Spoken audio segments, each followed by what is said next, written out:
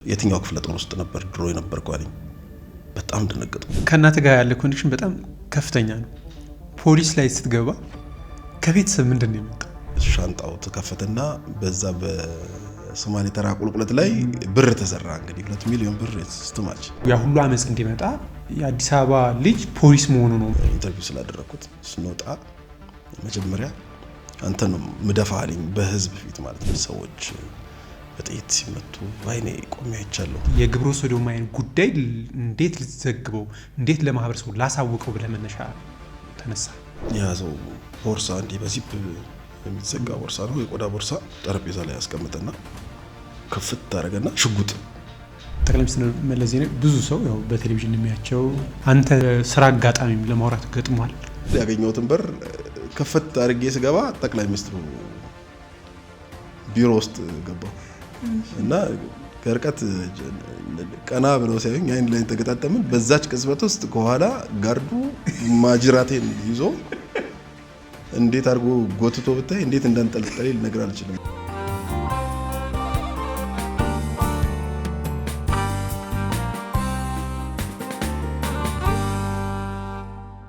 ሰላም ጤና ይስጥልኝ። ምን ይሉ ፖድካስት ላይ ትገኛላችሁ። ምን ይሉ ደስ ይበለው ነኝ። ዛሬ አዲስ እንግዳ ይዤ መጥቻለሁ። እንግዳይን ከማስተዋወቅ በፊት ግን ዩቲዩባችን ሰብስክራይብ እንድታደርጉ እጋብዛለሁ። የዛሬው እንግዳይ መላኩ ብርሃኑ ነው። እንግዲህ እሱን ታውቁታላችሁ። ስለሱ ብዙ ጉዳይ ለማንሳትም እሱ አብረን ስላለን እንጨዋወታለን። መሌ እንኳን ደህና መጣ። እንኳን ደህና ቆየ። ምን ይሉ መላኩን በጋዜጠኝነቱ ወይስ በኮሚኒኬሽኑ ባለሙያነቱ እንጥራው? ጋዜጠኛና የኮሚኒኬሽን ባለሙያ ብዬ ራሴን መጥራት ከጀመርኩ ዘለግ ያለ ጊዜ ያለፈ። ስለዚህ ሁለቱንም ተጠቀሙ። አዎ፣ የመላኩን የስራ ሂደት ስንመለከት የመጀመሪያ ፖሊስ ነበር። ፖሊስ ግን እንዴት ገባ? አዲስ አበባ ላይ ብዙ ሰው ፖሊስ የመሆን እድሉ ትንሽ ያነሰ ነው። እንግዲህ እኔ ወደ አዲስ አበባ ፖሊስ የገባሁት ጋዜጠኛ መሆን ፈልጌ ነው። ያው ጋዜጠኝነት የህይወት ጥሬ ነው። ብዙ ጊዜ እንደምናገረው ተማሪም እያለሁ ስነ ጽሁፍ ላይ ትንሽ አደላ ስለነበረ ከልጅነት ጀምሮ ጋዜጠኛ የመሆን ፍላጎት ነበረኝ። ጋዜጠኛ ባልሆን እንኳን አትሊስት ጸሐፊ ይሆናለሁ እያልኩ አስብ ነበርና ትንሽ ጎበዝ ተማሪም ነበርኩኝ። ማትሪክ ስፈተን በጊዜው ለዩኒቨርሲቲ የሚያበቃ ውጤት አልመጣልኝም። ያኔ ዩኒቨርሲቲ ለመግባት ከሚያስፈልገው ውጤት 2 ነጥቦች ብቻ ቀርተውኝ ነበር።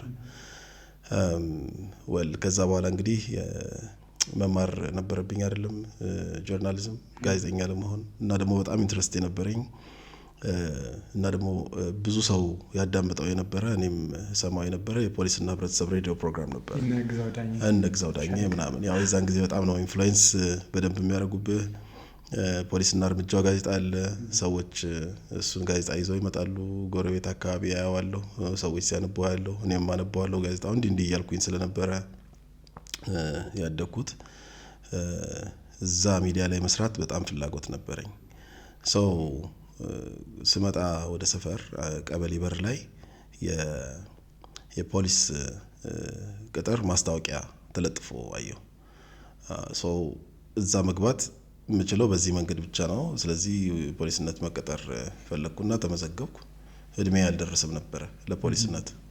የዛን ስንት ነበር የዛን ጊዜ እድሜ? የኔ እድሜ 18 ዓመት ነው። የዛን ጊዜ ደግሞ ፖሊስ የሚቀጥረው የነበረው 25 ዓመት የሞላውን ሰው ብቻ ነበር እና ትንሽ አስቸጋሪ ነገር ነበር። አሁን እንዴት አድርጌ እንደተቀጠርኩ አልነግርህም። ይለፈሱ ከአንድ የሰፈሬ አብሮ አደጌ ጋር ሆነን ነበር የተመዘገብነው። ቤተሰብ ደነገጡ። ማለት የዛን ጊዜ ፖሊስ መሆን የሚፈልግ ሰው እውነት ለመናገር የለም ብዙ። ፖሊስ መሆን ያው ወታደር መሆን ተብሎ ነው የሚታሰብ የነበረው እና ያው ሚሊተሪ ነክ ስለነበረ እኛ ደግሞ ተማሪዎች ነን እና እንደው እንደ ዴስቲኔሽን አይታይም። ሆነስትሊ ስፒኪንግ አላማችንን በልባችን ይዘን ነው። ደግሞ ቀላል አልነበረም ለመቀጠር የነበረው ፕሮሰስ። እውነት ለመናገር እንደው አንዳንድ ጊዜ በጣም እንስቃለን። መንግስተ ሰማያት መግባት ሳይቀል አይቀርም ነው ምን ላይ ዛን ጊዜ ፖሊስ ለመሆን በጣም ከባድ ነበር። አንደኛ እድሜ፣ ሁለተኛ ነገር ደግሞ ፊዚካል ይታያል። ትርፍ ጣት ካለህ አትቀጠርም። ጥርስ ከተሸረፈ አትቀጠርም። ዘርዛራ ጥርስ ካለህ አትቀጠርም። እጅ ላይ ጠባሳ ስትጫወት ድሮ ወድቀህ የሆነ ቦታ ላይ ጠባሳ ካለ በቃ ዲስኳሊፋይ ነው የምትደረገው። ጆሮ፣ አይንህ ብቻ እኔ ለምንድን ነበር የፈለጉ እነዚህ ሰዎች ምናምን እስከምንል ድረስ ማለት ነው። በጣም ብዙ ፕሮሰስ ነው ያሳለፍነው ያኔ ደግሞ ትንሽ ጉርምስና ስለነበረ ስፖርትም እንሰራ ነበርና አዳር ዳበጣበት የማለት አይነት ነገር እሱ ደግሞ እንደ ዱርዬነት ያስቆጠር ነበርና እሱ ራሱ አንድ ደና የተስተካከለ ፊዚካል ኖረው ግን ሐኪሞቹ ጀነራል ቼክአፕ ሲያደርጉ ሰውነትን ሲያዩ ምናምን እንደው ዝም ብለህ ወመኔ ነገር ምናምን ትመስላችኋለህ ድንጋይ የሚገፋ ሰው ምናምን ይላሉ የዛን ጊዜ ብቻ እንዴት ማለትና በሆነ መንገድ አደረግንና ብቻ ገባን ግን የፖሊስ ስልጠና ፕሮሰስ ማለፍ ነበረብን እኔ ግን ስልጠናው ላይ ላንሳለህ እኔም ገብቼ ስለነበር ኮልፌ ነበር ኮልፌ 3 ወር ማሙያ ሰልጥኝ ጋዜጠኛ ሆኜ ነው የገባው መጀመሪያ እኔ እንደው አንተ የፖሊስ ሚዲያ ላይ የፖሊስና ህብረተሰብ ሲሰራ ጋዜጠኛ ሲፈልግ ነው ተወዳድረን ከተመረቁ በኋላ የገባው ግዴታ ነበር መሰልጠን ነበርና ከተወሰነ ዓመት በኋላ ስልጠና ስገባ የሆኑ ስልጠናዎች አሉ አንተ ደግሞ በቅርብ ቀን ስለ ፖሊስ ስልጠና ውስጥ ያሉ ትምህርቶችን ስታነሳል ነበር ፌስቡክ ላይ አይቻለሁ በተለይ ማንቂያ አካባቢና ክብር እንዴት ነበር የክብር አሰጣጥ አለ ለምሳሌ ካንተ በታች ቀድሞ የገባን ሰው ሰላምታ ትሰጣለህ አልፎ የሄደን ሰው ሁሉ ቆመ ሰላምታ ትሰጣለህ እስኪ ስለነበረው ነገር ይገርማል እንደው እስካሁን ድረስ ሚዲያ ላይ ብዙ ነገር ያወራው ቆይቻለሁ ግን በዚህ ማሰልጠኛ ትምህርት ቤት ቆይታዬን አውርቼ አላውቅም ስልጠናው እንደጠበቅነው አልነበረም እንደጠበቅነው ኢንሰንስ ላይክ ለኛ የፖሊስ ስልጠና እና የወታደር ስልጠና የሚለያይ ነው ይመስላል ፖሊስነት ማለት ያው ትንሽ ጊዜ የተወሰነ ነገር ከተማርክ በኋላ ወጥተህ ያው ህብረተሰቡን መጠበቅ ከዛ በኋላ ደግሞ ቀስ እያልክ ችሎታን ካሳየ በኋላ ወደ ምትመደብበት ቦታ ትገባለህ እሱ ነው እንግዲህ የኛ ኦብጀክቲቭ የነበረው ከዛ ከኛ በፊት የነበሩትም የፖሊስ ኮርሶች በጣም ጥቂት ስለነበሩ ያን ያክልም ኤክስፒሪየንስ የምናገኝበት እድል አልነበረንም እንደነገርኩ ደግሞ በቀበሌያችን ውስጥ እኛ የመጀመሪያዎቹ ፖሊሶች ነን የለም ቀበሌያችን ውስጥ ፖሊስ የሚባልም ከናካቴው በዘራ አካባቢ ሰው ነው የሚባለው የኮልፌ ሰው ነው ፖሊስ በደንብ የሚያውቀው በርግጥ እኔ ፖሊስ ዩኒፎርም በጣም እወዳለሁ ቆንጆ አድርጎ የሚለብስ ሰው ምናምን ሳይ የሆነ ደስ የሚለኝ ነገር አለ እንደው ፖሊስ የመሆን ፍላጎት ኖረኛ አደኩባልህም ግን እንደዛ አይነት የሚሊተሪ ነገር ምናምን የሆነ የሚስበኝ ነገር አለ ሰማት እና በቤተሰቤ ውስጥ የለም ወታደርም ፖሊስም የሆነ ሰው የለም እና እዛ ማሰልጠኛ ትምህርት ቤት እንግዲህ ያን ሁሉ ፕሮሰስ አልፈን ኦልሞስት ወደ 3 ወር ምናምን አካባቢ የቆየ የስክሪኒንግ ፕሮሰስ ነበር የነበረው ረጅም ጊዜ ነበር የፈጀው እሱ ከትምህርት ባክግራውንድ ባሻገር ያለው ከቀበሌ ትብብር ምናምን ደብዳቤው ላጽፈን እንግዲህ በመልካም እና ጥሩ ባህሪ ያላቸው ሰዎች ተብሎ ምስክርነት ሁላ ሰው ተሰብስቦ የቀበሌው ህዝብ ተጣርቶ እጅ አውጥቶ ምናምን ሁላ ነው በቃ እነዚህ ቢሆኑ ምናምን ተብሎ ይሻላል ጥሩ ናቸው ጨዋዎች ናቸው ምናምን ተብሎ ተመስክሮልን ይሄ ሁሉ ነበር ይገርማል እና እንትኑን ጥንቃቄውን በጣም አድንቄያለሁ በጊዜው ምክንያቱም ከወጣ በኋላ ያው ህብረተሰቡን እንድጠብቅ አይደለም ሶ አንተ ደግሞ በስነ ምግባር መልካም መሆን አለበት እንደሱ መሰለኝ ታስበው እና ማሰልጠኛ ትምህርት ቤት ውስጥ ስንገባ ማሰልጠኛ ትምህርት ቤቱ አጥር የለው ምን የለው በጣም የሆነ የወታደር ካምፕ ነው ይመስላል አይደል ለመጀመሪያ እዚህ ኮልፌ ነበር አዎ ከዛ አሁን የአዲስ አበባ ፖሊስ ኮሌጅ ሆኗል እና ትንሽ ግራ ተጋባን እኛ እንደዛ አልነበረም ኤክስፔክት ያደረግነው የነበረው ከዛ የመጀመሪያው ቀን ዋናው የማሰልጠኛ ትምህርት ቤቱ ኃላፊ የነበረው መቶ አለቃ ሀብተይስ ይመስለኛል ካልተሳሳትኩኝ እሱ ሰበሰበንና እንግዲህ እንደምታዩት ግቢያችን አጥር የለውም አጥራችን ህጋችን ነው እዚህ ገብታችኋል መውጣት አይቻልም ማለት መውጣት አይቻልም ነሰንስ እኛ ሜዳ ላይ ወዴት ነው የምንወጣው እና ግን እዛው አካባቢ ናቸው ላይ የትም አትሄዱም ነው እና ስትገባ የሆነች የምትሻገራት ነገር አለች which is ድንበሯ ናት ማለት በቃ በሯ ናት ማለት ነው ክፍሎቹ ለኛ በእኛ መጠን ተሰርተው ስላልነበረ ወደ 1000 ምናምን አካባቢ የሚሆን ሰው ነበር ጠቅላላ የገባው እንደውም 1000 ጉድ ምናምን ይላል ድሮ በደርግ ጊዜ ኤርትራ ሰልጥኖ የነበረ 1000 ጉድ የሚባል በሺ ሆነ የሰለጠነ የፖሊስ እንትን ነበርና በሱ ስመልሰው ጥሩ ነው ከጊዜ በኋላ የመጣ 1000 ጉድ ነው 1048 አካባቢ ነበር ስንገባ ሶስተኛ ኮርሶች ነን እና ያው የማሰልጠኛ ትምህርት ቤቱን ህግ ስናውቀው እና ዲሲፕሊን በጣም የሚያስፈልግ መሆኑን ስናውቅ ራሳችንን ከዛ ጋር ማዛመድ ጀመርን ከባድ ነበረ ሌሊት መነሳት ብቻ እንትን የታቀደለትና እንትን የሆነ ነው ያንዳንዱ ነገር ካልኩሌትድ የሆነ ነው አንተ ፈልገህ የምታረገው ነገር የለም የተባልከውን ነገር ነው የምታረገው አድርግ እንጂ አንተ ጠይቀህ የሚሆን ነገር የለም ሁሉም ነገር አድርግ ወይም አታድርግ ከሁለት አያልፍም አታድርግ የተባልከውን አታድርግም አድርግ የተባልከውን ታደርጋለህ። ህጉ ይሄ ነው። ከዚህ ውጪ ሌላ ነገር መጠየቅ የምትፈልግ ከሆነ ቢያንስ ግዴታ አንተ ወጥተህ ነው ወደ መብት የምትመጣው። እና ምግብ ሲሰጥህ ሳህን ይሰጣል። ከዛ ሚንስ ቤት የሚባል አለ። ያው ስለነበርክበት ታውቃለህ። ሄደህ እዛ ነው እንጀራና ወጥ ምናምን ተቀብለህ እንትን የምትለው። ኩባያ ምናምን አለ። አልጋ ራስህ ነው የምታነጥፈው። ሲነጠፍ አነጣጠፉን ታውቃለህ። የፖሊስ እንደዚህ ፍራሽ ውስጥ ከተህ በቃ ፍራሹና ብርድ ልብሱ አንሶላው ላይ እየተሰፋ እስከሚመስል ድረስ ነው። ሳንቲም ስታስቀምጥ በቃ ኤግዛክትሊ እንደሱ ነው የሚባለው። እሱን እንኳን በጣም እንትን ያልኩት ፖሊስ ኮሌጅ ከገባ በኋላ ነው መጨረሻ ላይ በደንብ ያየሁት። እና ጠዋት ጊዜ ስለማይኖርህ ፎሌን ይባላል። ፊሽካ ይነፋል። 11 ሰዓት ነው ፊሽካ የሚነፋው። እንደተነፋ ተወርውረህ ካልጋ ላይ መውረድ አለ እና በጥቂት ደቂቃ ውስጥ ያችን ክፍል ለቀህ መውጣት አለብህ። ወደዚህ እንትን ማቄን ጨርቄን የለም ትለብሳለህ፣ ትወጣለህ። በቃ ተንደርድረህ ሰልፍ ቦታ ላይ ነው መገኘት። ስንት ደቂቃ ነበር? እኔ አሁን የማስታውሰው ልክ 11 ሰዓት ከተነፋ በኋላ ከ10 ሁሉም ጥቅልል ብሎ መቆም አለበት ሰልፍ ቦታ ላይ። በቃ 10 ደቂቃ እንግዲህ ካለህበት ቦታ ሰልፍ ሜዳ ላይ ለመድረስ ራሱ ረጅም ነው መንገዱ።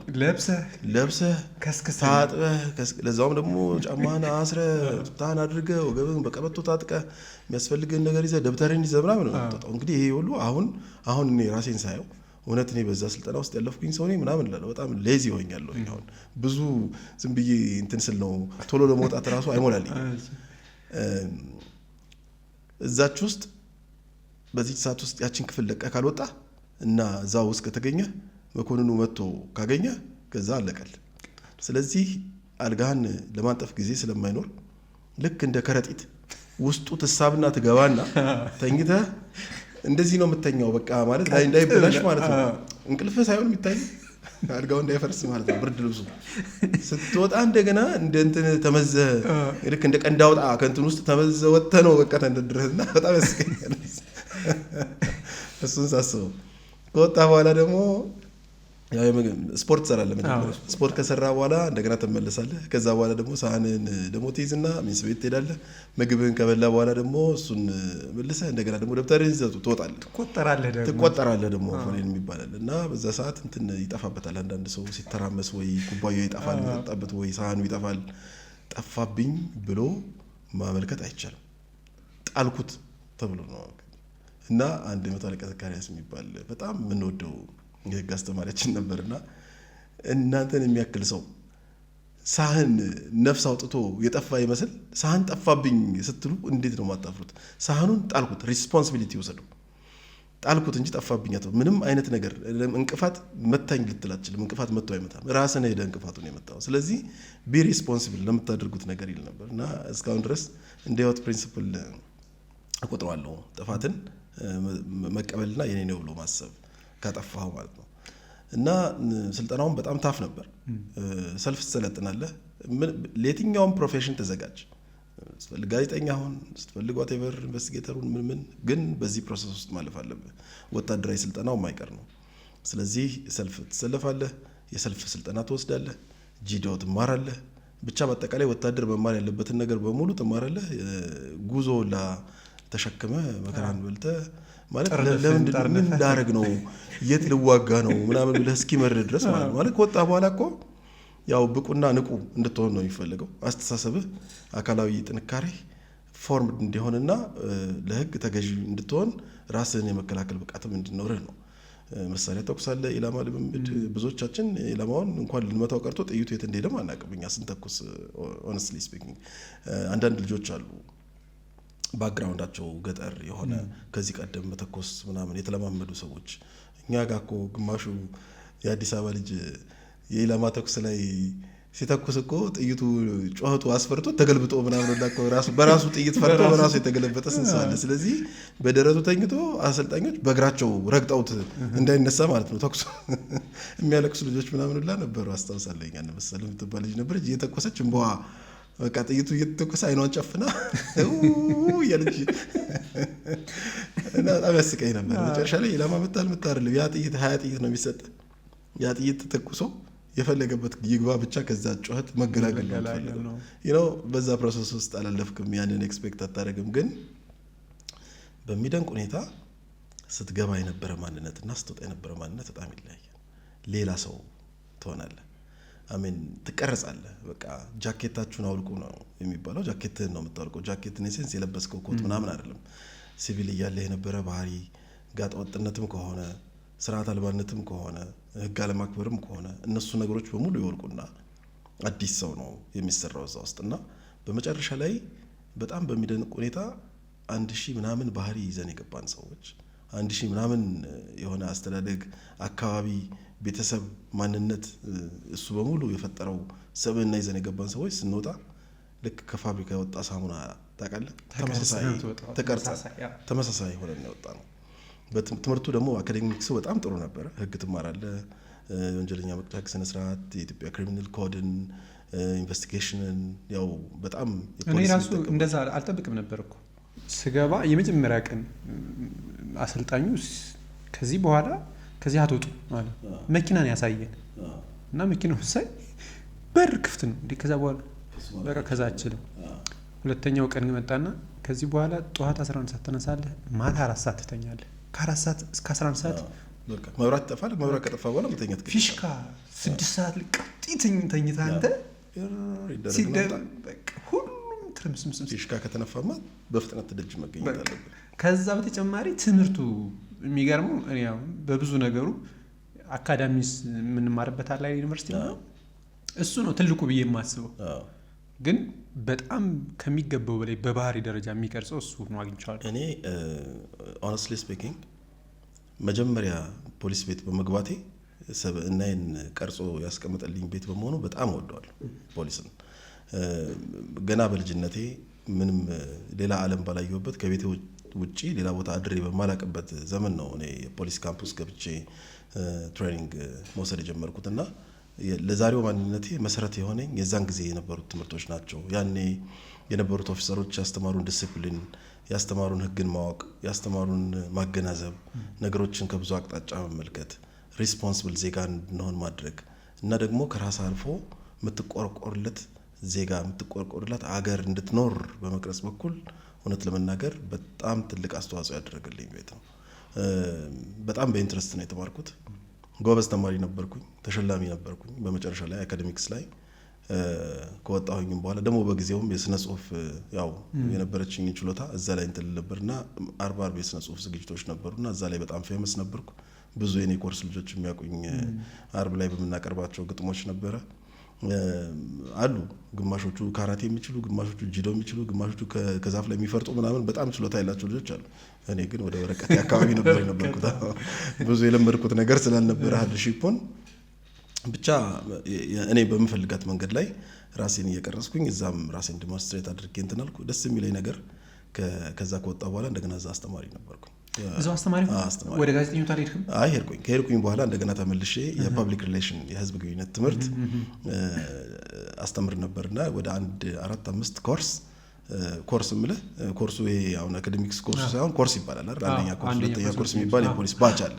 4-5 ባች ነው የምትሉት መሰለኝ። እነሱም ባቾች በፐብሊክ ሪሌሽን ትምህርት አሰልጥኛለሁ እና ደስ እያለኝ ነው የተማርኩበት ትምህርት ቤት ላይ መልሼ አስተማሪ ሆኜ መቆየቴ። ጋዜጠኛ ሆነ ስትገባ እኔ ብዙ ልጆችን ተመራቂዎችን አጋጣሚ እኔ እንደገባው 2-3 ተመራቂዎችን አስመርቄያለሁ ጦል ላይ። ከዛ ይመጡና ሲገቡ ግን ኢንቫይሮንመንቱ ይለይባቸዋል። የሰለጠኑት እዛ በጣም ኢገር ሆነው የመጡት ሲመጡ ከተላመደው የሆነ ኦፊስ ቢሮክራሲ ያዙት ነውና አንተ ስትገባ ምን ተሰማ? ወደ ስራ ከማሰልጠኛው በነገር ላይ ከማሰልጠኛ እንደወጣው ቀጥታ አይደለም ወደ ሚዲያ የገባሁት። ከወጣ በኋላ የግድ የተማርከውን እንትን ኤክሰርሳይዝ ማድረግ አለብህ። ስለዚህ የመጀመሪያ ምድቤ የነበረው ወረዳ 18 የሚባል ፖሊስ ጣቢያ ውስጥ ነበር።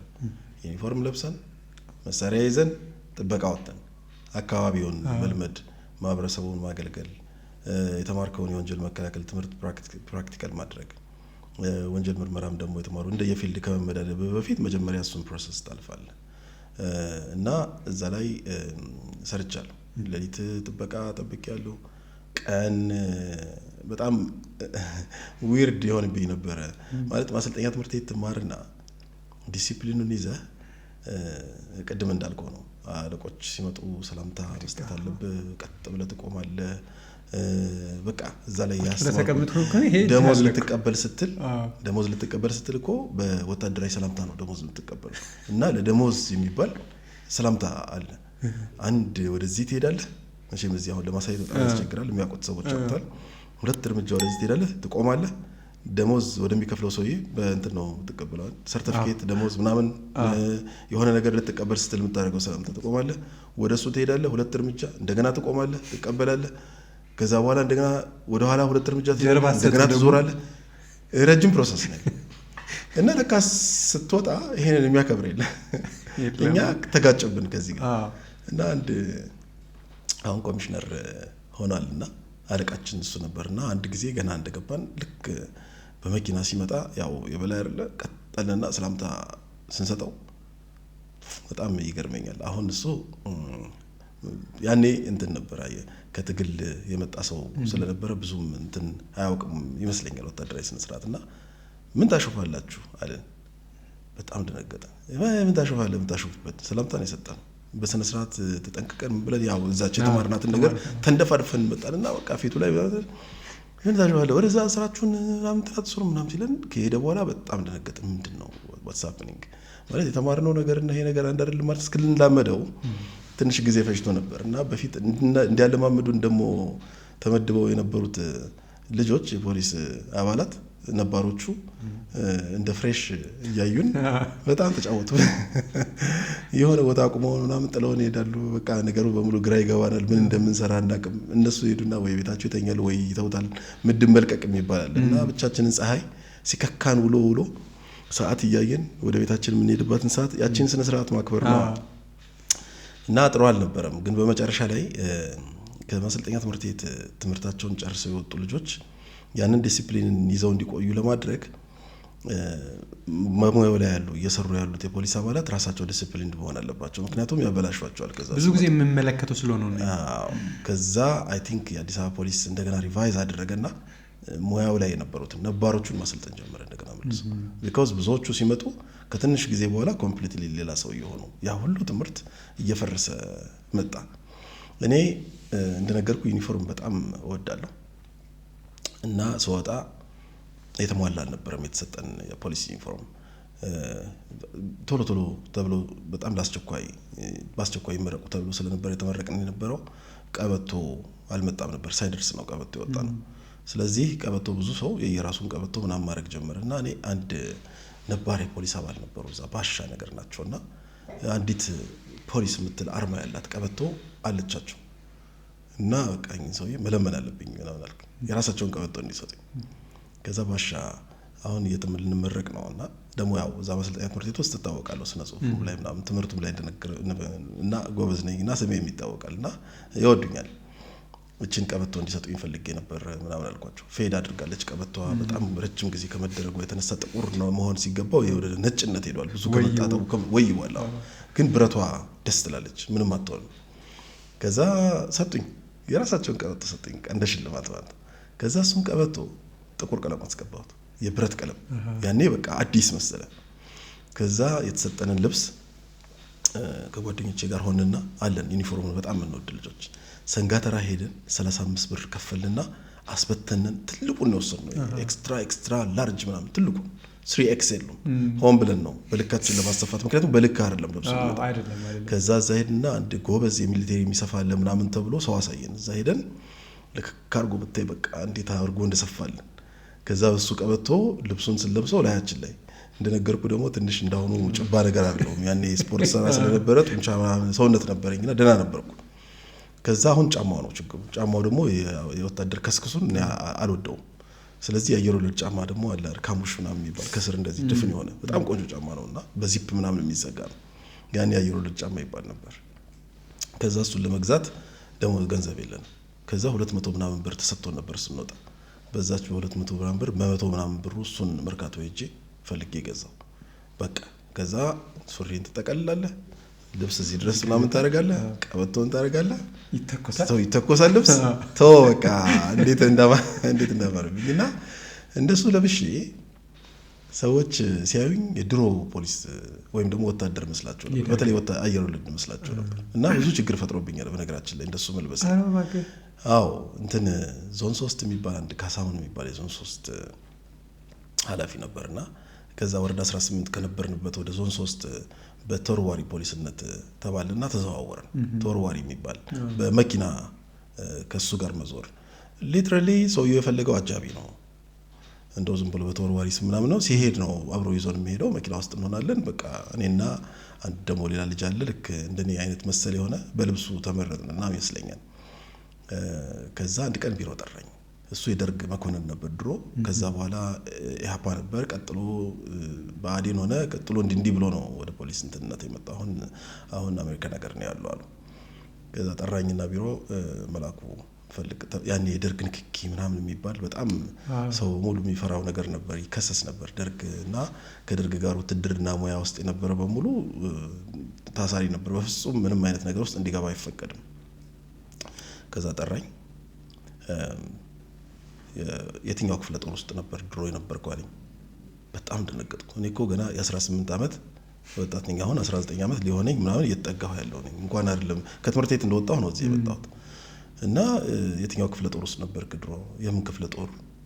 ወታደር ነበርክ አይደል እንዴ? አረን ያልነበርኩም። አይ እንድትዋሽ አያስፈልግም እና እውነቱን ብትናገር ጥሩ ነው። እንዴ እኔ ምንም እንኳን ራሴ ወታደር ልሆን በዘሬም ወታደር የለብኝም። እኔ ስለ ውትድርና የማውቀው ነገር የለኝም። ፖሊስ ገባሁ፣ ተመልሼ ወጣሁኝ። ታዲያ እና አለባበስ ከታምጥ ነው? እኔ ደስ ስለሚለኝ አይቼ ነው የሚለብሱ ወታደሮች ድሮ ሲለብሱ ያለው እና እንደዚህ መልበስ ደስ ይለኛል ምናምን አልኩት። ለምን አልቻለም? ኦኬ እሺ ለማንኛውም እናጣራለን፣ ግን መረጃ ደርሶናል የድሮ የቀድሞ ወታደር እንደነበርክ ብሎ። ከዛ በጣም ፈራሁ እንደዛ መልበስ እና እዚህ መጠቀልለውን ነገር ታውኩ።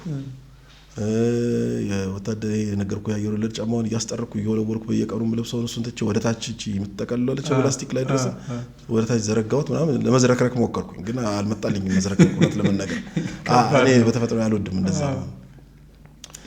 ብዙ ሳልቆይ አዲስ አበባ ፖሊስ ኮሚሽነር ሀራንሺ የሚባል ነበርና እሱ መስቀል አደባባይ የሆነ ዝግጅት ኖሮ ከዚሁ ከዞኑ ኃላፊ ጋር ስንሄድ አንድ ቀን እኔ ሁሉ ቀን ለምን ተሳቀቃለሁ ምናምን አልኩና አንድ ቀን ደግሞ እንደዚሁ ሞቅ አድርጌ እንደነገርኩ ጉረኛ አይነት ነገር መስላለሁ እንደዚህ ተስልና እንደሱ ለብሰን ሄድና ልጆች ስለነበር ደስ ይለናል። ከመኪና ላይ የዘለሉ መውረድ የሆነ ፊልም ምናምን ነገር መስልና ከፖሊስ መኪና ልክ መኪናው ሲቆም ጧ ብለ መውረድ ምናምን ማለት ነው። እዛች ማሰልጠኛ ትንሽ ተምረናታል እሷን ነገር።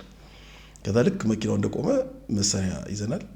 መሳሪያ ደግሞ ሰደፍ የሌለው ታጣፊ ክላሽ ታውቃለህ አይደል? እሷ ደግሞ ለመያዝ በጣም ትመቻለች እና እሱን እኔ በጀርባዬ ነው እንደዚህ የማነግተው። የሆነ ልክ እንደ ፊልም አክተር ነው የሚያደርገው ነገር ስራ እንደዛ አይነት ነገር እሱ ላይ ነው የማነግተው በዚህ በኩልና ልክ ከመኪናው እንትን ብድገልና ወርደን እንትን ስንል ለካ ሰውየው ኮሚሽነሩ ነው። በር ቆሞ መኪናው እንደዚህ ሲዞር እሱ አልፎት ሊሄድ ነው መኪናው ቀዝቀዝ ሲያደርግ ዘለን አውርድና ከሰውየው ጋር ተገጣጠምን። ድንገት ብዙ አናውቀውም ሰውየውን። የአዲስ አበባ ፖሊስ ኮሚሽነር ነው ሲባል ለመጀመሪያ ጊዜ ነው ያየሁት በህይወቴም ሰውየውን ራሱ።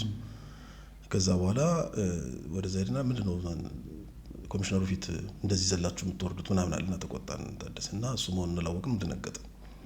በማግስቱ ሁለቱንም ይፈልጋሉ ተባለና አዲስ አበባ ፖሊስ በአስቸኳይ ይምጡ ተባለ። ከዛ ታደሰ ይሄ ሰውዬው ጠራን። ኦኬ እሺ አዲስ አበባ ፖሊስ ተፈልጋችኋል ኮሚሽነሩ እና ሄዳችሁ ሪፖርት እንድታደርጉ አለ። በጣም ደነገጥን። በጣም ለምንድን ነው የተፈለግነው? ልንታሰረው? ምክንያቱም እንደዛ ለምንድን ነው እንደዛ ዘላችሁ እሱ ፊት የወረዳችሁት ብሎናል ትላንትና እና ማግስቱ ደግሞ ተጠራን። ስለዚህ አደጋ ውስጥ ገባን ማለት ነው። የማይሆን ነገር እንደው ይሄ ልጅነት ዝም ብለን ስንቀብጥ እንጣጥ ስንል ምናምን አለና ሄድን። አዲስ አበባ ፖሊስ ስንሄድ ኮሚሽነሩ ቢሮ ብለን ጠየቅን። ያው ልብሳችን ኮስመን ለማለት ሞከርን። ሄድን ጽህፈት ቤቱ ገባን። ያሬድ የሚባል የጽህፈት ቤት ኃላፊ ነበረ። ኮሚሽነሩ ጥሪ አድርጓል ተብለው ነው የመጣ ነው። ከየት ነው የመጣችሁት? ከዞን 3 ስማችሁ ከሌ። እሺ ቁጭ በሉ ምናምን አለን። ሄድና ኮሚሽነሩን አናገረው። ከዛ አልመጣም ኮሚሽነሩ። በቃ እዚህ ተመድባችኋል አለን ጽህፈት ቤት ኃላፊው። በጣም ደነገጥን። በፍጹም አልፈልግም እኔ ወደዛ አካባቢ መሄድ ነው። ሩቅ ነው ለሰፈሬ። እኔ ሰፈሬ ኦሎምፒያ ነው እና የምሰራው ቅድም ወረዳ 18 ያልኩ እዚች መስቀል ፍላወር ጋር ነው በእግሬ ነው የምሄደው። ዞን 3 ያልኩ ደግሞ እዚች ቡልቡላ ወንዝን ተሻግረን ባምቢስ ጋር ነው እና ከሰፈሬ አልወጣሁም። እና እኔ አሁን ያቺ ጊዜ እስከምታልቅልኝና ቶሎ ብዬ ወደ ጋዜጠኝነቴ ለማመልከት ነው እንጂ የምጥረው እንደገና ኮሚሽነሩ ጋር ሄዶ ሌላ ጣጣ ምናምን አሁን ልገባ ነው ማለት ነው መስመር ውስጥ እና እዚህ ተመደባችኋል ሪፖርት አድርጉ ኤችአር ሄዳችሁ ዝውውር ይላክላችኋል ከነገ ጀምሮ ስራችሁ እዚህ ነው አላለም። በቃ እንደዚህ አንገቴን ደፍቼ ነው ሰፈር የደረስኩት። የኔ ጓደኞች በጣም እንደ ትልቅ እድል አዩት። ዋው እንዴ ዋና መምሪያ ኮሚሽነሩ ጋር ተጠርታችሁ እዛ ድረስ ሄዳችሁ ለካ ሰውየው አለባበሳችንና ንቃታችን ደስ ብሎት ነው እና የሱ አረገን። እንግዲህ አስብ እኛ ለጋርድነት አልተማርን ምንም እንደው ዝም ብሎ ሲያውን ነው እንጂ እኮ ውስጣችን ቀፎ ነገር ነው ለራሳችን እና ጋርድ ኦልሞስት ጋርድ ነው ማለት ነው። እና ተወርዋሪ ፖሊስ ይሉታል የዛን ጊዜ ከሱ ጋር እሱ ሲወጣ አብሮ መውጣት ምናምን ነው ኦልሞስት ሊትራሊ ጋርድ መሆን ነውና ግን በጣም ጥሩ ሰው ነው ሀራሺ ገብረተክሌ። ከዛ በኋላ በጣም ብዙ ጊዜ እንገናኝ ነበር። እኔ ከወጣ በኋላ ሚዲያ ላይ ከሆንኩ በኋላ በጣም አገኘው ነበር። በጣም ይወደኛል። አጋር የሚባል የሴኩሪቲ ኤጀንሲ ነበረው። ከዛ በኋላም ያው ሰውየው ብዙ ችግር ማይቷል። ከዛ በኋላ ግን he was a nice guy በጣም ጥሩ ሰው ነው። ስንቀርበው ምናምን ጥሩ ነው። በጣም ወደድኩት ከሱ ጋር መሆኑ እና በህይወቴ በጣም ማረሳቸው በጣም ብዙ ነገሮች በዚህ ሀገር ውስጥ በዚህ ሀገር የፖለቲካ ሂደት ውስጥ በጣም ቁልፍ ቦታ የነበራቸው ግን ሌላ ቀን ላወራልህ የምችላቸው ትልልቅ ነገሮች ሃፕኒንጎችን ከሱ ጋር ሆኜ ለማየት እድል ፈጠረልኝ። ብዙ የዚህ ሀገር ምስቅልቅል ነገር ማየት ቻልኩኝ ነው። የወንጀል በጣም ከባድ ክራይሞች ለማየት እድል ነበረኝ። የትልልቅ ባለስልጣናትን አንዳንድ ነገሮችንም ለማየት እድል ነበረኝና ይሄ አሁን በጣም ሰው የሚፈራቸው የነበሩ ትልልቅ ባለስልጣናት ፊትም ለመቆም እድሉን የሰጠኝ የዛን ጊዜ ነው።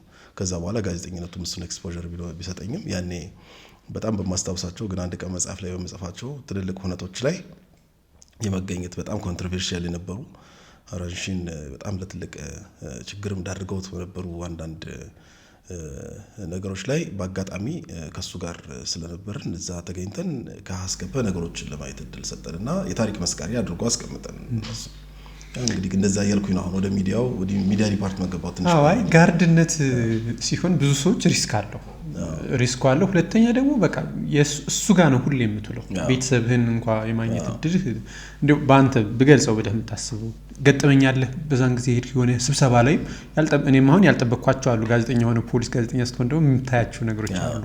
ስፔሻሊ የፖሊስ ጋዜጠኛና ፖሊስ ብቻ ሊገኝባቸው የሚችል ሲቪል ማይገኝ ግን ስትሰማቸው እንዴም አለ እንዴ ብለህ የምታነሳቸው ሀሳቦች ይኖራሉና አንተን እንደዛ ይገጠማል ጋርድነት እያለ? አክቹአሊ ጋርድ አይደለም ያው ጀስት ተወርዋሪ ፖሊስ ምንድነው ይሄ ስታንድ ባይ ፎርስ ይባላል። ስታንድ ባይ ፎርስ ውስጥ ነው የነበርኩት። ጥሩ ነገር ምንድነው ሽፍት ነበረው የራሱ የሆነ ሴክሽን ነው። እዛ ሴክሽን ውስጥ ነን ያለነው። ስለዚህ በሽፍት ነበር የምንሰራ የነበረው። ማታ እንሰራለን፣ ቀን እንሰራለን፣ ግን እንቀያየራለን። ጥሩ ነገር እሱ ነው። ስለዚህ ሞርኒንግ ቱ ኢቭኒንግ እንደይቱን ምናምን ከሱ ጋር ሁሉ ጊዜ መሆን ግዴታ አይጣልብንም። ምክትል ኮሚሽነሩም ከሱም ጋር አብረን እንሄዳለን። አዲያም ሰግድ በርሄ ይባሉ ነበር በዛን ጊዜ። በጣም የድሮ ፖሊስ እንትን ናቸው።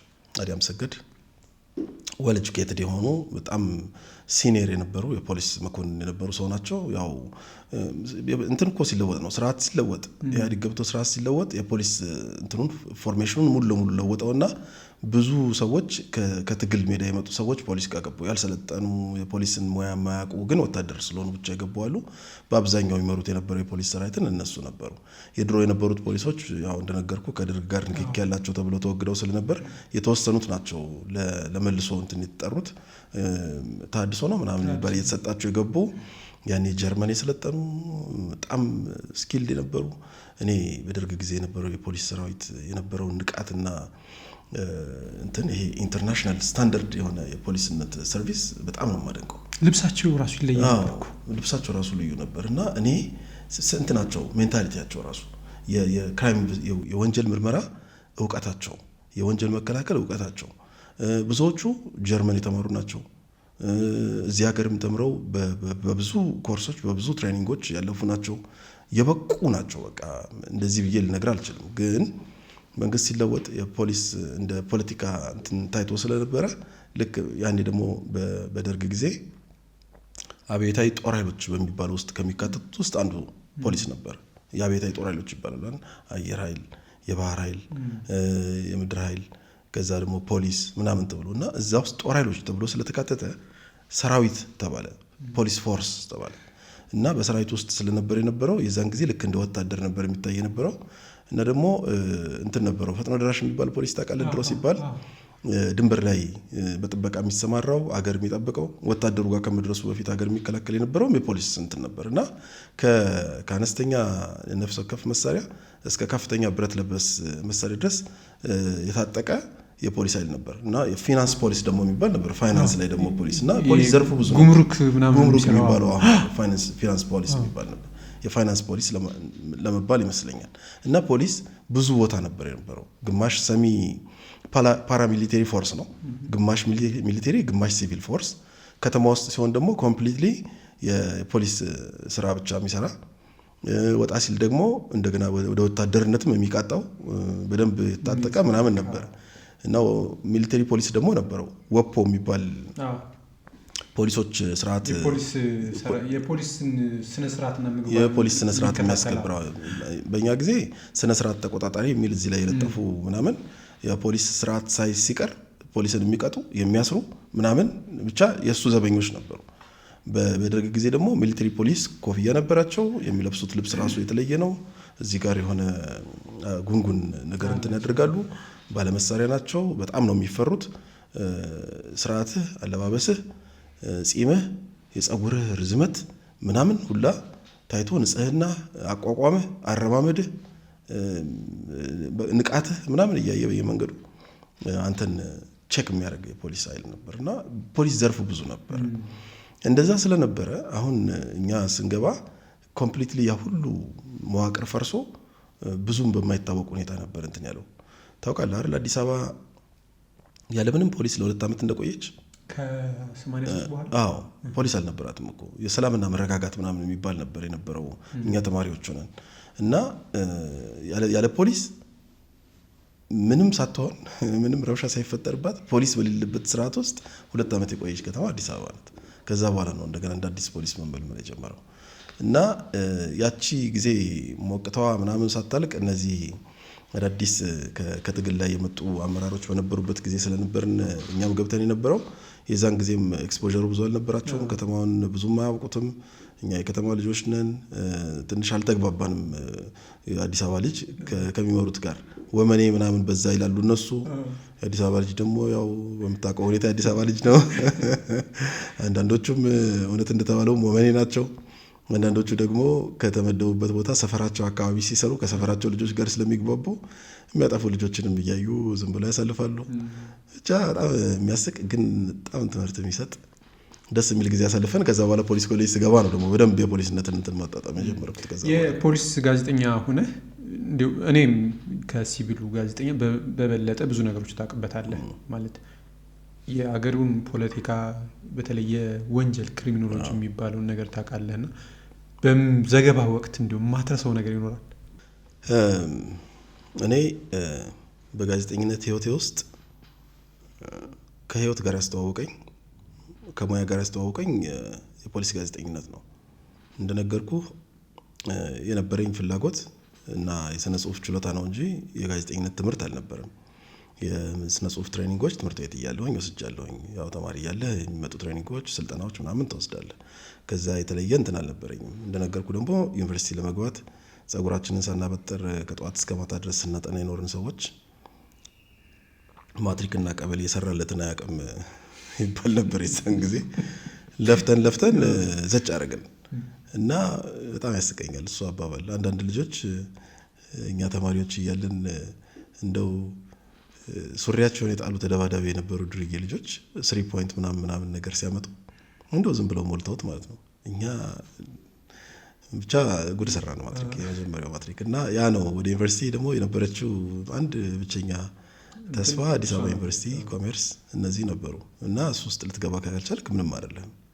ስለዚህ ራስን አማራጭ መፈለግ ነበረብህ። በእርግጥ ፕራይቬት የሚባል እንትን ነበር። እሱ እስከሚደርስና እስከመፈተን ጊዜው ያልፋል። ምን ታደርግበታለህ? አንዱን ዓመት እንግዲህ ተቀምጠህ ተመልሰ መጽሐፍ ወደ ማንበብ አትመጣም መቼም። አሁን ለስራ ደርሰሃል፣ ቤተሰብም ተምረሃል፣ 12ኛ ክፍል ጨርሰሃል ብሎ የድሃ ልጆች ስለሆነ ደግሞ ለቤተሰቦቻችን መድረስ ነበረብን። ስለዚህ አማራጮችን መጠቀም በጣም አስፈላጊ ስለነበር ነው ወደዛ የገባ ነውና ይሄ አሁን ያልኩህን ፕሮሰሶች አልፌ የህዝብ ግንኙነት ዲፓርትመንት ነበረውና ወደዛ ስገባ ነው ጋዜጠኝነቱን የጀመርኩት። ከዛ በኋላ ስልጠና ወሰድን። ፌዴራል ፖሊስ ስልጠና ሰጠን። ፖሊስ ኮሌጅ ገባን። ጋዜጠኝነት ተማርን። አሁን ሰው ፖሊስ ኮሌጅ ጋዜጠኝነት የሚሰጥ አይመስለውም አይደል? ቆንጆ ጋዜጠኝነት ፋውንዴሽን የነበረ የጋዜጠኝነት ትምህርት ተማርን። ከዛ በኋላ ነው እንግዲህ ወደ ኮሌጅ እና ወደ ዩኒቨርሲቲ ምናምን የገባ ነው። ለሙያው ግን በቂ የነበረው እውቀት በጊዜው በራሱ በፖሊስ ትሬነሮች እና ደግሞ ከውጭ በመጡ ከአዲስ አበባ ዩኒቨርሲቲ በመጡ እነ መዓዛ ብሩ ላይ ያሰለጥነን ነበር። መዓዛ ብሩ የዛን ጊዜ ውጭ ጉዳይ ሚኒስቴር ነበረችው እና እሷ ራሷን በጣም ተሰልጥነን ነበረ። ፖሊስ ኮሌጅ ድረስ እየመጣች አሉ የሚባሉ የስነ ጽሁፍና የጋዜጠኝነት አስተማሪዎች ነበሩ ኮርስ የሚሰጡን የነበሩት። እሱን ሰልጥነን ትምህርት ስራችንን ስንጀምር ጭራሽ ከማልጠብቀው ነገር ጋር ተገጣጠምኩኝ። ወንጀል ነው የገጠመኝ ፊቴ። ተምሬያለሁ፣ የፖሊስ ሙያን ተምሬያለሁ፣ የወንጀል ምርመራን አውቃለሁ። ሁሉንም ነገር ተምረን ነው የወጣ ነው። በነገርኩህ የዚህ የፖሊስነት ስራ የወንጀል መከላከል ስራ ላይ ደግሞ በጣም ዘግናኝ የሚባሉ ምናምን የወንጀል አይነቶችን አይቻለሁ። አሁን መጻፍ ነው እንግዲህ ይህንን ያየሁትን ነገር ኮሚኒኬት ማድረግ ነው የጀመርኩት ማለት ነው ለፐብሊኩ። እና እንዴት ልንገረው? ያስደነግጣል። የሚያስደነግጥ ነገር ለሰው እንዴት ብለህ ትነግራለህ? ዜናውን ስትሰራው ራሱ በምታየው መልኩ ያ ሰው እንዲገባው ማድረግ ምንድን ነው የሚፈለገው ነገር ምናምን ብዬ ነበር ያሰብኩት። እና ትምህርቱ ላይ ኢንሲደንቶቹ አይደሉም ወሬዎቹ፣ ኢንሲደንቶቹ መነሻዎች ናቸው። ወንጀሎቹ ግን ወንጀል ጠል የሆነ ማህበረሰብ መፍጠር ነው አላማው። ስለዚህ ስለ ወንጀል ስታወራ ወንጀሉን ማግኒፋይ ማድረግ ማጉላት ሳይሆን የተፈጸመው ወንጀል የበተነውን ቤተሰብ ያበላሸውን የሰው ህይወት ኢቭን ፈጻሚው ራሱ የደረሰበትን ችግር በወንጀሉ የተነሳ የደረሰ ጉዳት ያ ደግሞ እንደ ሀገርም እንደ ማህበረሰብም የሚፈጥረው ኢምፕሊኬሽን ኔጌቲቭ ኢምፕሊኬሽን እሱን አሳይተህ ማህበረሰቡ ወንጀል እንዲጠላ ማድረግ ነው እንጂ ገደለ፣ ሰረቀ፣ ቆረጠ፣ ፈልጠ ምናምን አሁንም ቢሆን ለኔ ዜና አይደለም። ሰውን አትግደል ብለህ አትመክረው። ይሄንንማ መጽሐፍ ቅዱስም ነግሮታል። በመመከር ሰው የማይገል ቢሆን ኑሮ አሁን የነፍስ ግድያ የሚባለውን ወንጀል አታየውም ነበረ። ሰውን ሞራል ማስተማር የሃይማኖትና የግብረ ገብ ስራ ነው የሚሆነው። ህግ ግን አድርግ ወይ አታድርግ ነው የሚለው። ስለዚህ ህግን አለማወቅ ከቅጣት አያድንም ይላል አይደል ራሱ ህጉ። ሁሉም ሰው ህግን እንዲያውቅ ያስፈልጋል። አላውቀውም ነበር ተብሎ የሚፈጸም ወንጀል የለም። የተጻፈ እና ጥፋት ነው የተባለ ነገር በሙሉ ከተፈጸመ በተጠያቂነት አያመልጥም ያ ሰው። በዚህ ፕሮሰስ ውስጥ ደግሞ ንጹሃን እንዳይጎዱ መጠበቅም ግድ ነው።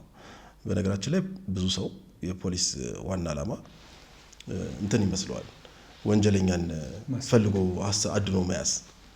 የፖሊስ ምርመራ ዋና ዓላማ እሱ አይደለም። ዋና ዓላማው ወንጀል የሰሩ ሰዎች ወንጀል ሰርተው እንዳይደበቁ ለህግ ማቅረብ፣ ግን ደግሞ ወንጀል ሳይሰሩ ንጹህ ሆነው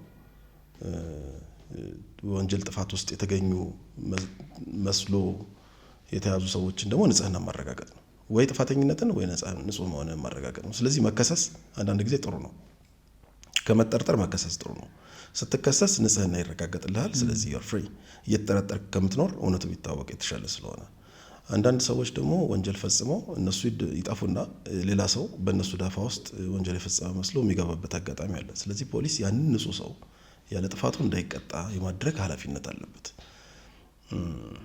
ሌትስ ሴይ ቀላል ኤግዛምፕል ልንገርህ። እናትህን በጣም ተወዳታለህ። እንግዲህ ለእናት ህይወትም ይሰጣል አይደል? እና በሆነ ባልተገባ ስህተት እናትህ የሰው ነፍስ ጠፋባት። ከዛ አንተ እናትህ እንድትታሰር ስለማትፈልግ ወንጀሉን እኔ ነኝ የፈጸምኩት ብለህ ሄድክ። ልትታሰር ነው አይደል? ማስረጃ ምናምን ተገኝቶብህ። ፖሊስ ይሄንን ነው ማጥራት የሚፈልገው።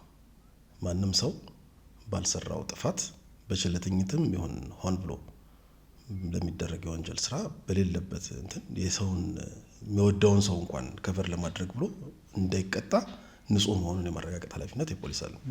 ጥፋተኛ ነኝ ለዚህ ነው እኔ ነኝ ወንጀል የፈጸምኩት ስላልክ ብቻ ፍርድ ቤት የማይቀጣ አንተ ስለመፈጸመ ምን ማረጋገጫ አለ? የብንተው ብታምን እንኳን ማለት ነው። ለዚህ ነው የፖሊስ ምርመራ የሚካሄድበት ዋነኛ ዓላማ። ስለዚህ ወንጀል ስለመፈጸመ ማረጋገጫ የሚሆኑ የቴክኒክና የታክቲክ ምርመራዎች ይካሄዳሉ። በእርግጠኝነት ያንን ወንጀል አንተ መፈጸመ ሲረጋገጥ ነው አንተ ተከሰህ ጥፋተኛነት ተረጋግጦ ከዛ በኋላም ደግሞ ፍርድ የሚፈረድብህ። በዚህ ሂደት ውስጥ አንተ ሌሎች ሰዎች ዳፋ ስትል ራስህን እንዳትሰዋም ጭምር ይከለክላል። እስከዚህ ድረስ ይደርሳል ነው የምልህ እንትኑ እና ወደ ዜናው ወደ ጠየቀኝ ወደ ሚዲያው ስመጣ ከዚህ ጋር ነው የተፋጠጥኩት እኔ። ስለዚህ I should be wise ስሰራ ዜናዎችን ማህበረሰቡ እንደሚሰማኝ ያውቃለሁ፣ እንደሚያየኝ እንደሚከተለኝ ያውቃለሁ። እንደምታውቀው የወንጀል ጉዳይ የብዙ ሰው ኢንትረስት ነው። ሰው ወደቀ ከምትለው ይልቅ ተሰበረ ስትለው ጆሮ ይቆማል አይደል?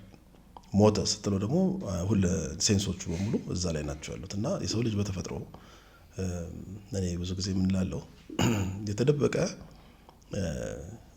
ክፉ ባህሪ ያለው ሁሉም ሰው በህግ በሃይማኖት በባህል በወግ ታስሮ ተቀምጦ ነው እንጂ የሰው ልጅ የአውሬነት ባህሪ አለው በውስጡ አያውቀውም። አብሮት የሚኖር ስሜት ነው። እንግዲህ ይሄንን ሃይማኖት ውስጥ ህግ ላይ ምናምን ስትሆን ነው ሰፕሬስ አድርገው ይዘው የምትቀመጠው። ለዚህ ነው ሰው በጣም የወንጀል ዜና ማየት የሚወደው፣ ስለማይፈጽመው ስለማያደርገው ያንን በማየት እንትኑ ፍላጎቱን እንትን ያደርገዋል። ወንጀለኛ ነው ማለት አይደለም፣ ኢንትረስቱ ግን በጣም ሃይ ነው እዛ ላይ። ለምንድን ነው ሃይ የሆነው ብለህ ስታስብ ይሄ የታመቀ ነገር በዛች አማካኝነት ለስት አለው እና ያችን እንትን ይመግባታል፣ ፊድ ያደርጋታል። እስኪ እዚህ አካባቢ አንድ ሰው እንደው ራሱን ለማሻሻል የሆነ ፈጠራ ይዞ እሷን እንትን ሲያደርግ በቃ አዳዲስ ነገሮች ለማሳየት ቆሞ ምናምን አለ እዚህ ሰምዌር። እዛ ጋር ደግሞ የሚደባደቡ ሰዎች አሉ እና ሰው ከሁለቱ የቱን ለማየት የሚሮጥ ይመስላል?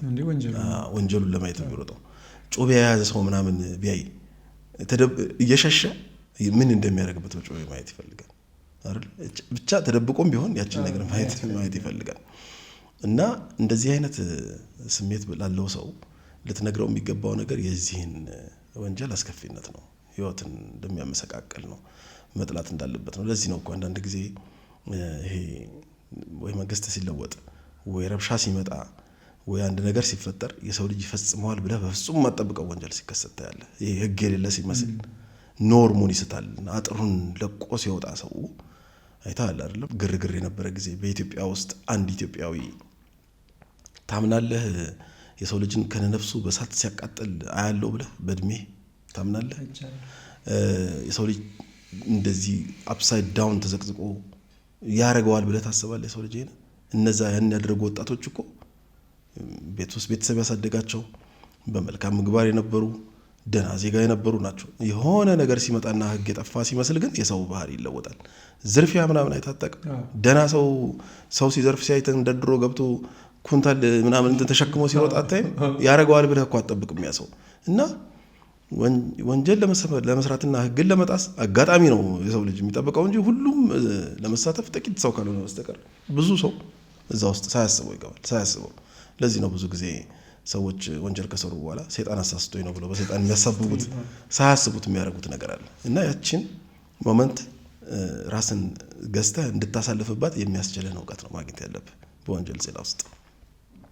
ያንን ነበረ ለማድረግ ሙከራ ማድረግ የነበረው እና ከብዙ ነገሮች ጋር ተጋፍጫለሁ፣ ብዙ ነገር አይቻለሁ። አሁን እዚህ ሀገር ውስጥ በቅርብ ጊዜ ስማቸው ይነሳ የነበረ በጣም በከፍተኛ ደረጃ ከተማውን ያምሱ የነበሩ የጦር መሳሪያ ዘራፊዎች ጋር ፊት ለፊት ተጋፍጠን ዜና የሰራንበት ጊዜ ነበረ። አንዱን ስም አልጠቅስልህም፣ ያው ብዙ ሰው ያውቀዋልና አሁንም አለ እሱ ልጅ። በአንድ ወቅት የሜታ አቦ ቢራ ፋብሪካ ዘረፋ ተካሄደ። ጠዋት ወደ ባንክ ገንዘብ ወደ 2 ሚሊዮን ብር አካባቢ ይመስለኛል ወደ ባንክ ገንዘብ ለማስገባት በመኪና ሲሄዱ የሽያጭ የተሰበሰበ ገንዘብ መንገድ ላይ እነዚህ ዘራፊዎች ይይዟቸውና ዘበኛውን በጥይት መተው ሂሳብ ሰራተኛዋ ወደ ባንክ ይዛ የምትሄደው እሷ ያዘችውን የገንዘብ ሳምሶናይት ይዘው በዚህ ወደ ሶማሌ ተራ ቁልቁል የሮጡ ሲሄዱ ፖሊስ ደግሞ በአጋጣሚ ወደ ስራ የሚገቡ ፖሊሶች ነበሩ። ሰርቪስ ፒክአፕ የሚመጡ የነበሩ 100 አለቃ እሱ እና ሌሎች ነበሩና በአጋጣሚ ተገጣጠሙና ከዛ በኋላ መሀል ላይ ተኩስ ተከፈተ። እነዛ የያዙት ብር ሻንጣው ተከፈተና በዛ በሶማሌ ተራ ቁልቁለት ላይ ብር ተዘራ። እንግዲህ 2 ሚሊዮን ብር ስትማች ንፋስ ምናምን አሁን ህዝብ የራሱ ያልሰራበትን ገንዘብ ታክስ እየተደረገ በወንጀለኛና በፖሊስ መካከል ሰው ብሩን ይዞ ወደ ቤቱ ብር መጣ በቃ መንገድ ላይ እና ይሄ ሰው ብር ነው ብሎ ይመልስ ይላል። እቺን አጋጣሚ ነው ማለት ብዙ ሰው ወንጀል ጥፋት ለመስራት በጣም ቅርብ ነው እና ያቺን ብር ይዞ ግማሹ እንትን አለ። ከዛ ፖሊሶች ተከታትለው ያዟቸው። ከዛ በኋላ ልጆቹ ሲያዙ በጣም ከባድ ዘራፊዎች ናቸው። ከዚህ በፊት የሰሯቸው ትልልቅ ወንጀሎች አሉ። በቀን በጠራራ ፀሐይ መሳሪያ ነጋዴዎች ባሉበት እየገቡ እጅ ወደ ላይ እያስባሉ ገንዘባቸው እየዘረፉ ያው ፊልም ላይ የምታየው ሁለት ሽጉጥ ምናምን ታጥቀው የሚሄዱ ልጆች ነበሩና ከነሱ ልጆች ጋር ሜስ መፍጠር አደጋ አለው እና እኛ ደግሞ ኢንተርቪው እናደርጋቸዋለን። አደባባይ ላይ መቅረብ አለባቸው። ሰው እንዲያውቃቸው ያስፈልጋል። እነሱ ደግሞ ከፍርዱ በላይ ሚዲያውን ይፈሩታል። ምክንያቱም የዛን ጊዜ የፖሊስ ቴሌቪዥን በጣም ፖፑላር ነበርና እዛ ላይ የሚቀርብ ሰው በቃ ፎሬቨር መቀጣት ይሻላል፣ ፍርድ ቤት ይሻላል፣ እስር ቤት ወህኒ ቤት ገብተው መበስበስ ይሻላቸዋል እዛ ላይ ከመቅረብ። ምክንያቱም ነገ ማህበረሰብ ውስጥ መግባት አይችሉም። ከዛ እሱ ላይ በጣም ትልቅ ትግል ነበር እና ያው ከስተዲ ላይ ስለነበሩ በፖሊስ ቁጥጥር ስር ስለነበሩ ኃይል የላቸው፣ መሳሪያ የላቸው። እኛ ጋር ያሉት ግን ለኛ አደጋ ነበረው። ምክንያቱም በዋስ ይፈታሉ፣ ከእስር ቤት ያመልጣሉ። የመጀመሪያ ቪክቲም ደግሞ ምን ሆነው እኛ ነን እና እንደዚህ አይነት ኢንካውንተር ነበረኝ እኔ ከአንደኛው ጋር። the good thing is መሳሪያ ነበረን እኛ ያው ፖሊሶች አይደለን ደግሞ ሪስክ ያለው ነገር ውስጥም ነው እንትን የምንለውና እኔ ሆነስትሊ ብዙ መሳሪያ መያዝ አልወድም። ግን ለራሳችን መጠበቂያ ተብሎ ጠይቀን ተሰጥቶን ያውቃል እና ያን ይዞ መዞር ደግሞ እንትን አለ ናንሴንስ ነው ማለት ጋዜጠኛ ነኝ ምናምን ብለህ ደግሞ ተማሪ ነህ ትምህርት ቤትም ትሄዳለህ ምናምን። ግን እንደዚህ አይነት አጋጣሚ ሲኖር ደግሞ ለህይወት ስትዘጋ የግድ ነው የሚሆነው እና ያ ሰው ዛተብኝ ኢንተርቪው ላደርገው ስል አይሆንም ማለት ማስገደድ ነው። ወይል ትክክል አልነበረም። የሰው መብትና ነጻነት መከበር አለበት። በጊዜው ግን እንደ ጊዜው አይደል የምትራመደው አስተሳሰብ በዛ አይደል የሚሄደው። የዛን ጊዜ የሚከለክልም የለም፣ ፍርድ ቤቱም እንትን አይለንም፣ ፍትህ ሚኒስቴርም ብዙም እንትን የለውም ማለት ወንጀል የሰሩ ሰዎች አሁንም ቢሆን ለነገሩ ወንጀል የሰሩ ሰዎች ሳይፈረድባቸው ይታያሉ አይደል። አሁን እኔ ለወጣ አካባቢ የተወሰነ ቁሞ ነበር። እኛ ለምሳሌ ፖሊስና ህብረተሰብ ላይ ያልተፈረደባቸውን ኬዞች ሰዎችን ማሳየት ሳይሆን ኬዙን መንገር ኬዙም ሲነገርም ጥፋተኛ እንዳይሆኑ ተደርጎ ፕሮሰስ ላይ እንዳለ የተደረገውን ድርጊትና የጠፋውን ጥፋት ብቻ። ግን አሁን ደግሞ እንደገና ተመልሶ ያየው ይመስለኛል። ያው ጋዜጣም ላይ ምንም ላይ ታያቸዋለህ ሰዎች። ምንድነው ችግሩ? እኛ ሀገር ሰብአዊ መብት መከበር አለበት። ኦፍ ኮርስ የማንኛውም ሰው መብት፣ በተለይ አንድ ሰው ጥፋተኛ እስካልተባለ ድረስ የመቀጣት አይቀጣም፣ እስካልተፈረደበት ድረስ ወንጀለኛ አይባልም። ስለዚህ ተጠርጣሪው ተብሎ ነው መባል ያለበት፣ ወንጀለኛ አይባልም። እና ደግሞ መጠበቅ አለበት፣ መብቱን መጠበቅ አለበት። በጊዜው ግን ፖሊስና ህብረተሰብ ታስታውሱ እንደሆነ ማንኛውም ሰው ይታይ ነበርና ህግን አለማወቅ ሳይሆን አንዳንድ ጊዜ ዝም ብሎ ደፈር ማለት ምናምን አለ ይመስለኛል። እና ብዙዎቹ ይቀርቡ ነበር ሳይፈረድባቸው በፊት። ግን የእውነትም ወንጀሉን ፈጽመውታል። የእውነት ማለት መፈረዱ አይቀርም እነሱ ላይ ምንም በጥርጣሬ ምናምን የተያዙ አይደለም። አክቹዋል ወንጀሉን ሲፈጽሙ የተያዙ ልጆች ስለሆኑ ኦብቪየስሊ እንደሚፈረድባቸው ይታወቃል። ያ እነሱ እስከሚፈረድባቸው ድረስ የሚጠብቅ የለም። ፖሊስ ደግሞ እንደገጠመው ወንጀሉን ያን ሚዲያ በቃ እንትን ናት ቶሎ ለህብረተሰቡ መነገር መቻል አለባት። እና ሰው በፖሊስ ላይ ኮንፊደንስ እንዲያሳደር ወንጀል የፈጸሙ ሰዎች መያዛቸውን እያወቀ ፎይ እንዲል ማድረግ አስፈላጊ ነበር። ተጠባቂ ነበር ደግሞ እኮ በጣም ይጠበቅ ነበር። ቴንስ ነበር። ወንጀል በጣም ይበዛ ነበር። ከባድ ወንጀሎች ነበሩ ያኔ፣ በጣም ከባድ ወንጀሎች እና የህብረተሰቡን የመረጋጋትና የሰላም ከስጋት ነፃ የመሆን ስሜት ማረጋገጥን በጣም ያስፈልግ ነበር። እና እነዚህ ወንጀለኞች መያዛቸው መንገድ ለምሳሌ ለመርካቶ አካባቢ ፎይታ ነው። ምክንያቱም መከራቸውን ሲወሉ ነበር። በእነሱ ስንት የተዘረፉ ሰዎች ነበሩ፣ ስንት በጥይት የተመቱ ሰዎች ነበሩ ምናምን። እና ያ ልጅ ዛተብኝ ኢንተርቪው ስላደረግኩት። ስንወጣ መጀመሪያ አንተ ነው ምደፋልኝ በህዝብ ፊት ማለት ነው። እዛው ተወልና እንግዲህ ሁሉ ዩኒፎርም የለበሳል ሊመቱት ምናምን ፖሊሶቹ ተውት ምናምን አልኳቸው። እኔ ደግሞ ያው እኔም ፖሊስ አይደለም እኔ አንተ በዋስ ተፈተህ ስትወጣ ደጅ ላይ ከኔ ጋር ነው የምንገናኘው እና አልኩና እንዲህ ተመላለሰ። እሱ ግን ደፋር ነው ልጁ፣ የሚገርመው በጣም ደፋር ልጅ። ደግነቱ ሰው እንደው ወጣትነቱም በጊዜ ነበረው ነገሩም ያታለው ብዙ ነገር ውስጥ ይገባል እንጂ የቆየ ሲሄድ ይሰክናል ሰውና ሰክኗል። መጨረሻ ላይ አመለጠ። ጠፋ ከእስር ቤት አመለጠ ሲባል መሌ ያለኝ ጉድኝ አመለጠልህ። ምክንያቱም በጣም ነው የሚፈራው። ክትትሎች ወንጀል የሚከታተሉ የክትትል ባለሙያ የሚባሉት ሰርቪላንሶቹ ምናምን እነሱን በሙሉ በሽጉጥ እኮ የሚያባርር ልጅ ነው። መርካቶ አካባቢ እኮ በሩ ልክ ሲያንኳኩ ደርሰውበት ምናምን መሳሪያ ይዘው ማንም እኮ አይደለም ራሱ በሩን ከፍቶ ምን ፈልጋችሁ ነው ምናምን ብሎ ፖሊስ የሚያባርር ሰው ነው። እና በጣም ይፈሩት ነበር። ትልቅ ሞል ለመዝረፍ እኮ ከማስተር ፕላን ምናምን አውጥቶ እኮ በጣም የሚገርም ልጅ ነው። ልጅ እንትን በቃ ይሄ የፊልም አይነት ነው የሚሰራ። በቃ እንደሱ አይነት ድፍረቱ፣ ልቡ በጣም ይደንቀኛል። እና ብዙም እንትን አላልኩም፣ አልደነገጥኩም። ግን ያው ኦፍ ኮርስ ትንሽ ስሜቱ ምናምን ይኖራል። ኦፍ ኮርስ ልጁ ሪቬንጅ ላይ በጣም እንትን ነው። በቃ የሚፈልገውን ነገር ከማድረግ ወደ ኋላ የሚል አይነት ነገር አይደለም። እና የቆየ ነገሩ ተረሳሳ ምናምን ጠፋ ተባለ። በቃ ፖሊስም ሊያገኘው አልቻለም። ፍለጋ ላይ ነበር። ከእስር ቤት ነው ያመለጠው። እና አንድ ጊዜ ያዙት እኮ ተከታትለው ክትትሎች ምናምን ኦሎምፒያ ጋር ያዙታል። የእኔ ሰፈሬ ማለት ነው። እና ዋት አልኩኝ እኔ።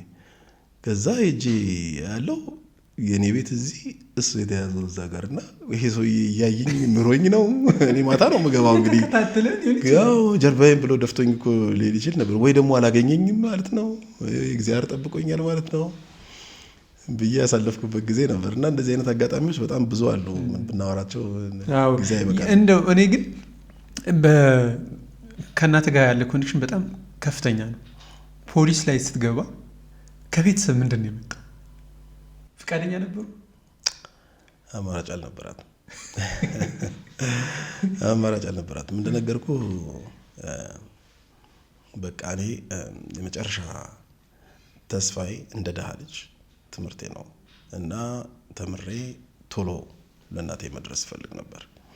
እሷን ማገዝ፣ እሷን መርዳት፣ ብዙ መከራና ብዙ መስዋዕትነት ከፍላ ያሳደገችኝን እናቴንና ከስር ያሉትን ወንድሞቼን ቶሎ መደገፍ። ያው የመጀመሪያ ልጅ ስትሆን ኃላፊነት አንተ ላይ ነው አይደል? የቤተሰብ ጫና ትቀበላለህ እና ያንን ኃላፊነት መወጣት ነበርና ያው ቀን ከሌሊት ነበረ ማነበው ማጠናው ነገር ከሆነ እና ቶሎ አክሽን መውሰድ ነበረብኝ። የዛን ጊዜ ስሜቴ በጣም ተጎድቶ ስለነበር 2 ቀን ማንንም ሰው አላናገርኩም። በጣም አለቅስ ነበር ውጤት ስላልመጣልኝ። ምክንያቱም እንደነገርኩ ማትሪክ ሳይመጣልህ ሲቀር ተስፋ የለም። ተምረህ ለመለወጥ ያለች አንድ ብቸኛ አማራጭ አዲስ አበባ ዩኒቨርሲቲ መግባት ነው። እሷ ቶሎ ሳትመጣ ስትቀር ደግሞ የሚደርስብህን የስሜት ስብራት ማሰብ ነው። በተለይ ደግሞ እንቅልፋት ቀን ከሌሊት ስታጠና የኖርክ ልጅ የት ይደርሳል የተባልክ ጸጉርን ለማበጠር እንኳን ጊዜ ያልነበረ የሰፈር ልጆች ቀለሜ ብለው የሚጠሩ ለብዙ ሰዎች ምሳሌ የምትሆን ልጅ ማትሪክ ስትወድቅ የሞራል ስብራቱንም ዝም ብለህ አስበው።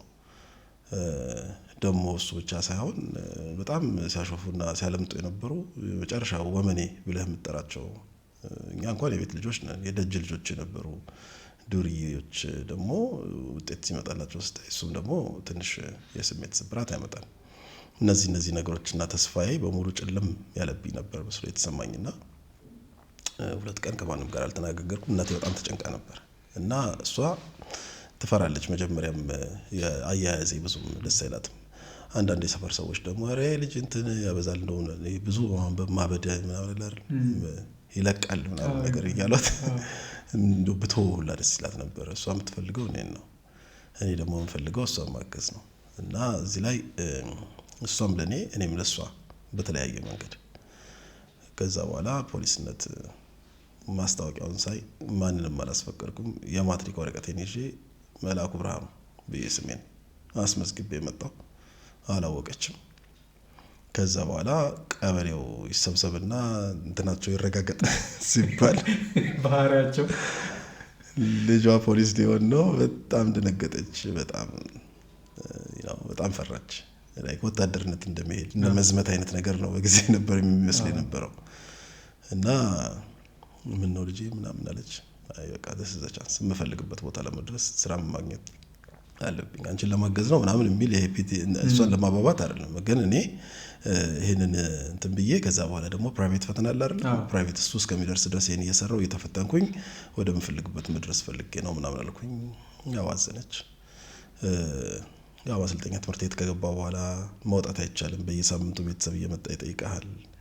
ኮልፌ ከኦሎምፒያ ድረስ ሳህኗን ቋጥራ እየመጣች ምክንያቱም በሳምንት አንድ ቀን ነው የቤተሰብ ምግብ የምትበላው። ከዚህ በተረፈ የመንሲ ቤት ምግብ ነው። ቀዝቃዜ ምናምን ትበላለህ። ቀዝቃዜ ታውቃለህ? አታውቅም ማለት ቀዝቃዜ ምን መሰለህ?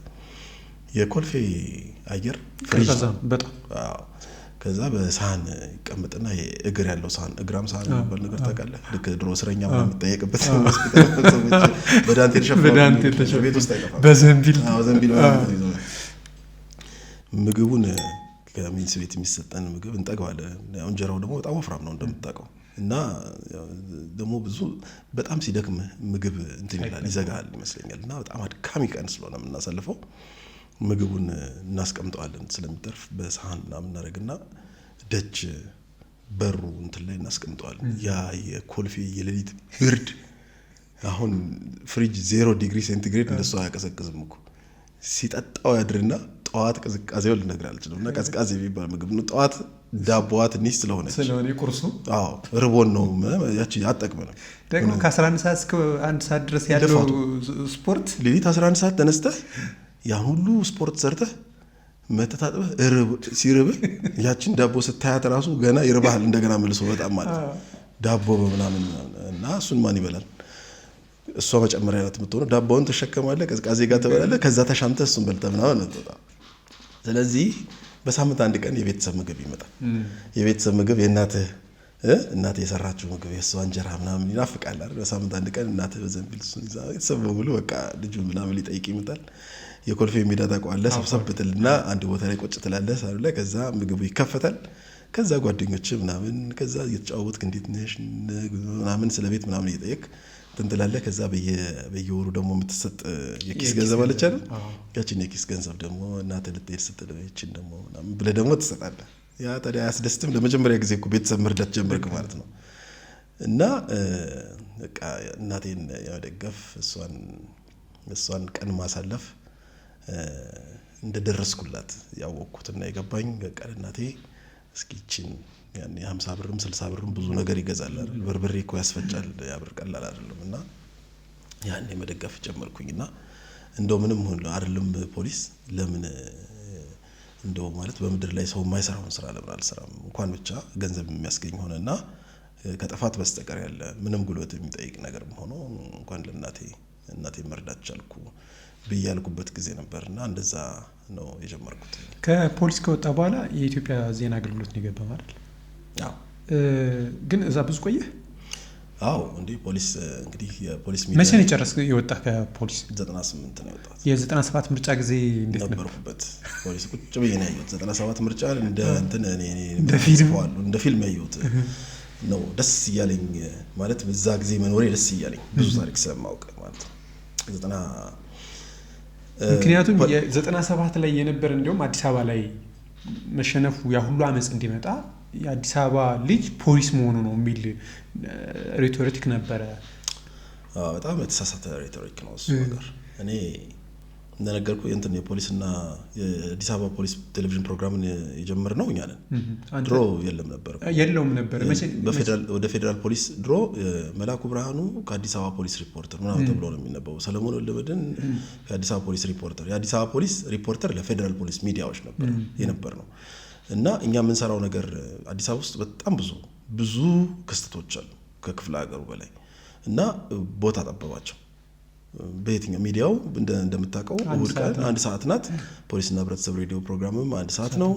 ፖሊስና እርምጃው ጋዜጣም ፔጁ ትንሽ ነው።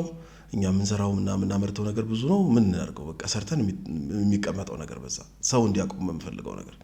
በዚህ ላይ ልጆች ነን፣ መታወቅ እንፈልጋለን፣ መታየት እንፈልጋለን። ቴሌቪዥን ላይ ምናምን መታየት ግን እኛን አያሳዩንም።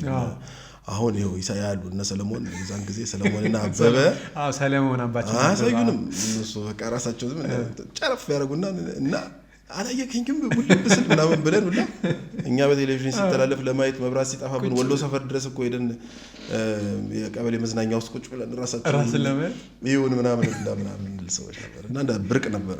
እኛ ልጆች ስለነበር ሚዲያውን እንወደዋለን፣ በፍላጎት ነው የምንሰራው። ደግሞ ተወዳጅም ነበረ። ከዛ ምን አደረገን? ነፍሱን ይማር መቶ አለቃ ኃይሉ አበበ የሚባል አለቃ ነበረ። እሱ ደግሞ የፖሊስና ህብረተሰብ ሬዲዮ ማነው ጋዜጣ ዋና አዘጋጅ ነበር እና እኛ ጋር ህዝብ ግንኙነት ኃላፊ ሆኖ መጣ። ለምንድነው የራሳችን ሚዲያ ባይኖረናል ማለት ለምንድነው ዲፔንድ የምናደርገው ፌደራል ፖሊስ ላይ? አይ ስለማይቻለው ፌደራል ፖሊስ ነው ሚዲያ በፌደራል ብቻ ነው ምናምን። ማን ነው ያለው ይሄንን? እስኪ መመሪያ ምናምን አምጡልኝ። የለም እንደዛ የሚል መመሪያ። አዲስ አበባ ፖሊስ በጣም ትልቅ ነው፣ ብዙ ክፍሎች አሉት፣ በጣም ብዙ ስራ ነው የሚሰራው። እንደውም ኦልሞስት ከፌደራሉ እንትን በላይ አዲስ አበባ ያው ዋና ከተማ መቀመጫ ስለሆነ ትኩረት ያላት ቦታ ናት እና ይሄን ለሚያክል ከተማ የፖሊስ ተቋሙ እንዴት የራሱ ሚዲያ የለው በሚል አብዮት አስነሳኝ። ለምንድን ነው ሁልጊዜ እኛ የምንልከው ይሄን ሁሉ እየቀረጸን ምን እያልን በሳምንት አንድ ቀን እንደ ኮታ ጠብቀን የራሳችን ሚዲያ ይኖራል እንዴት አድርገን በምን አቅም? ከዛ በኋላ አለምሰገድ የሚባል በጣም ጎበዝና ቀና ሰው ነበር። ኢቲቪ2 የሚባል ነበር ያኔ። አሁን የመዝናኛው ኤኤምኤ ነው አዲስ ሚዲያ ኔትወርክ ኢቲቪ2 ኢቲቪ1 የኢትዮጵያ ቴሌቪዥን ነው። ኢቲቪ2 ደግሞ ነበረ ለራሱ ሌላ ስቴሽን ነው እና አሁን አዲስ ሚዲያ ኔትወርክ የሆነው ማለት ነው። ድሮ ኢቲቪ የነበረበት ተቋም መዘጋጃ ቤት አሁን የከንቲባ ጽሕፈት ቤት የሆነው እሱ ውስጥ ነበረ እንትኑ ከነ ስቱዲዮ ከነምኑ። ስለዚህ የአዲስ አበባ እንትኖችን ያስተላልፍ ነበር። ድሮ መስኮት ምናምን የሚባሉ ድራማዎች ተወዳጅ ድራማዎች ነበሩ እና አለምሰገድ ስቴሽኑን ይመራ ነበር። ከዛ አለምሰገድ ጋር ሄድኩኝና አሌክስ እንትን ፈልገን ነበር እኛ ያው አዲስ አበባ ነን ያለ ነው። ስለዚህ የአየር ሰዓት እንድትሰጠን ፈልገን ነበር የምንሰራውን ነገር በእናንተ እንድታስተላልፉልን። በጣም ደስ እያለን ምን ያክል የአየር ሰዓት ትፈልጋላችሁ? በቀን አይደለም አንችለውም እና ኤዲቲንግ ምናምን ማሽንም የለንም። ችግር የለም እሱ እኛ ጋር ኤዲት ይደረግላችኋል። ትሰሩልናላችሁ? አዎ ኦኬ እሺ። በሳምንት እንዴት ትደፍራላችሁ? 1 ሰዓት ይሁንላችሁ ወይስ ምናምን አለ።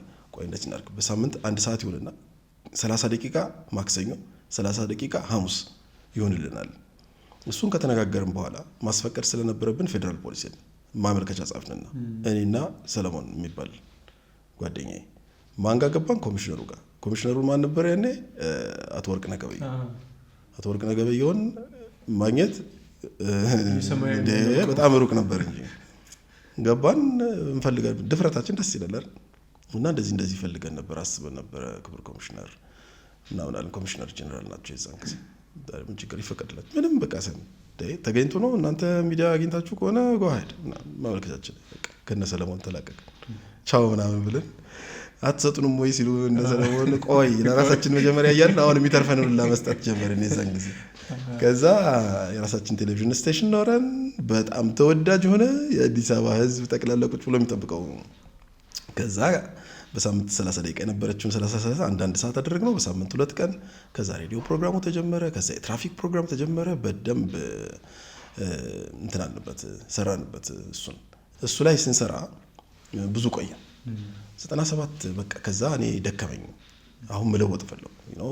ግራጁዌትም አደረኩኝ ጋዜጠኝነት፣ ብዙም ሰራሁበት ወንጀል እንትን በጣም ብዙ ነገር ማየሁበት። እውነት ለመናገር የምችለውን ያክል ኮንትሪቢዩት ማድረግ ቻልኩኝ። ከዛ በኋላ መጽሐፍ ጽፌያለሁ፣ ፍቅርና ወንጀል የሚል መጽሐፍ። እኔ አጠገቤ እስር ቤቱ አጠገቤ ስለነበረ የወንጀል የፈጸሙ ሰዎችን ህይወት እያየሁ ነው የምውለው። ወንጀል የፈጸሙ ሰዎች፣ ሰው የገደሉ ሰዎች፣ ጥፋት ውስጥ የተቀመጡ ሰዎች፣ የሚጸጸቱ ሰዎችን እያወራሁ ቢሮ እያመጣሁ ሻይ እየጋበዝኩኝ ከእነሱ ጋር ቁጭ እየተጫወትኩ የኋላ ታሪካቸውን ሰው ለምንድን ነው ወንጀል የሚሰራው የሚል ጥያቄ ጭንቅላቴ ውስጥ ስለነበረ እንደው ሰው ቦርን ክሪሚናል የሚባል አለ ወይ ብዬ ጠይቅ ነበር። ሰው ሲፈጠር ወንጀለኛ ሆኖ አይፈጠርም።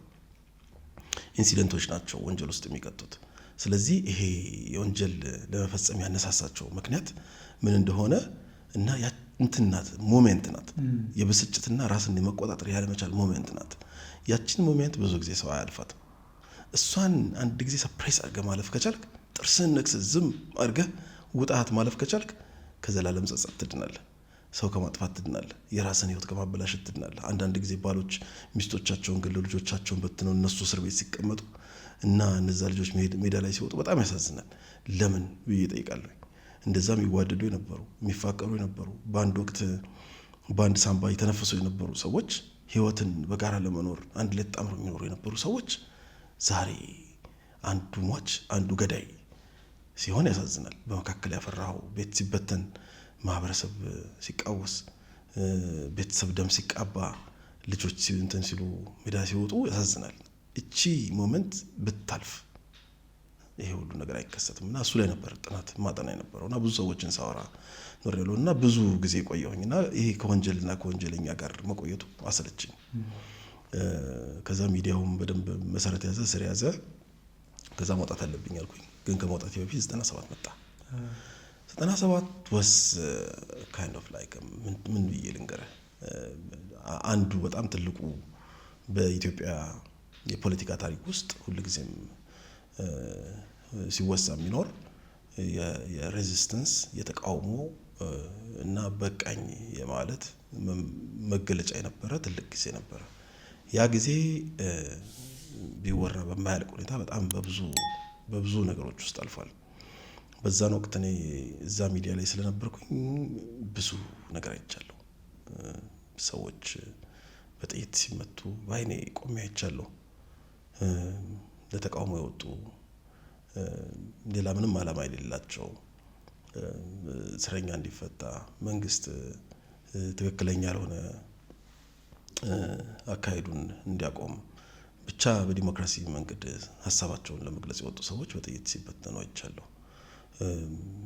ብቻ ብዙ ሜሶች ነበሩ። ቢሃይንድ ዛት ፖለቲክስ ዲርቲ ቲንግስ ነበሩ። እውነት ለመናገር በጣም ደስ የማይሉ ነገሮች ነበሩ። ብዙዎቹን ለማየት አጋጣሚው ነበረኝ። የዛን ጊዜ የምንሰራቸው ዘገባዎች ብዙም ደስ አይሉኝም ነበር። ሞር ኦፍ የተፈጸሙ ነገሮችን ከወንጀል ጋር የማገናኘት ፒውርሊ ፖለቲካል የሆኑ ነገሮች ላይ ሚዲያው ያደረገው የነበረውና እኛ የምናውቀው ነገር በጣም ይለያይ ነበር። ፎር ዩር ሰርፕራይዝ እንደው 15 ቀን ቤታችን ሳንገባ ጠዋትም ጠዋትም እዛው እያለን እዛው እያደርን ነበር። ያን የ97 ሞመንት አልፈነው የነበረውና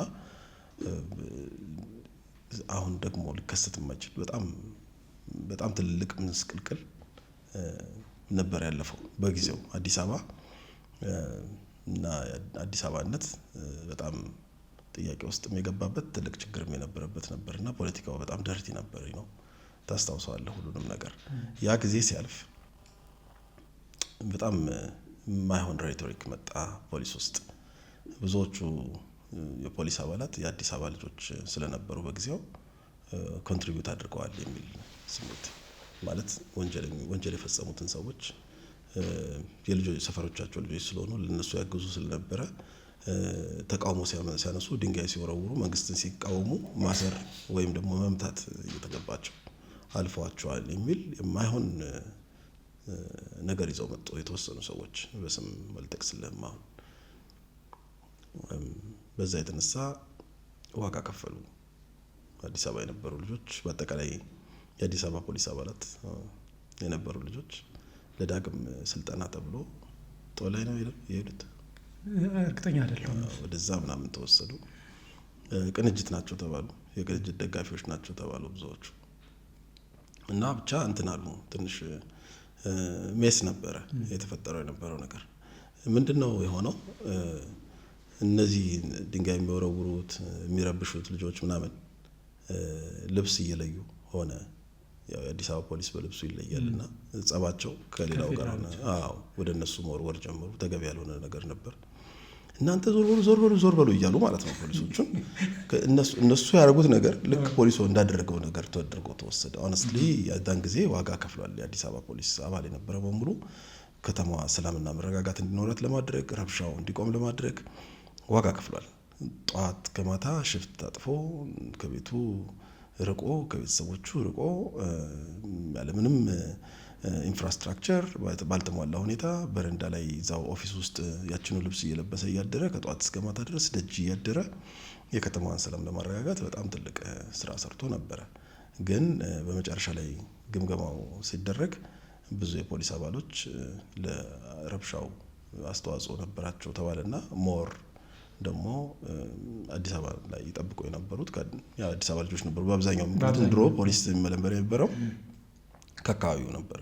ስለዚህ ለአዲስ አበባም አዲስ አበባ ላይ ያሉ ልጆች ናቸው፣ ለክፍለ ሀገርም በየቦታው ሜክሳፕ መደረግ አለበት ተባለ። ሌላ ስትራቴጂ ወደ ሌላ ጉዳይ ገባ ነገሩ። ብቻ በአጠቃላይ ከዛ በኋላ የመጣ ውጤት ምንድነው ብትለኝም የራሱን የቻለ ሌላ ታሪክ አለው። ብቻ እንደዛ ሆነ። እኛ ያው እኔ ሚዲያ ላይ የነበርነው እኛን ከእንትኑ ጋር ከወንጀል መከላከል ኃይሉ ጋር ብዙም እንትን ስላልነበረን ያው ስራችን ያ ስለነበረ ከኛ ጋር ብዙ አልተገናኘም ነገሩ። ያ ሞሜንት ላይ ነው እኔም ፖሊስ ወጣሁት። ከፖሊስ ወጥቼ ዜና አገልግሎት ማስታወቂያ ወጣ። ለዜና አገልግሎት ደግሞ ልጆች ያኔ እና ሃይማኖት እና ሀቢባ እነሱ ያኔ ዜና አገልግሎት እያሉ ከኛ ጋር እንደ ቢት ሆነው አዲስ አበባ ፖሊስ ላይ ተመድበው ነበር። እኛ የወንጀል ዜናዎችን እያዘጋጀን እንሰጥ ነበር። ሚዲያ ነበር የራሳችን ሚዲያ። ኦልሞስት ብዙ ዜናዎች ሶርስ እንሆን ነበር። ኦልሬዲ ከመዝገብ ቤት ብዙ ዜና ወስጃለሁ ከአዲስ አበባ የምርመራው።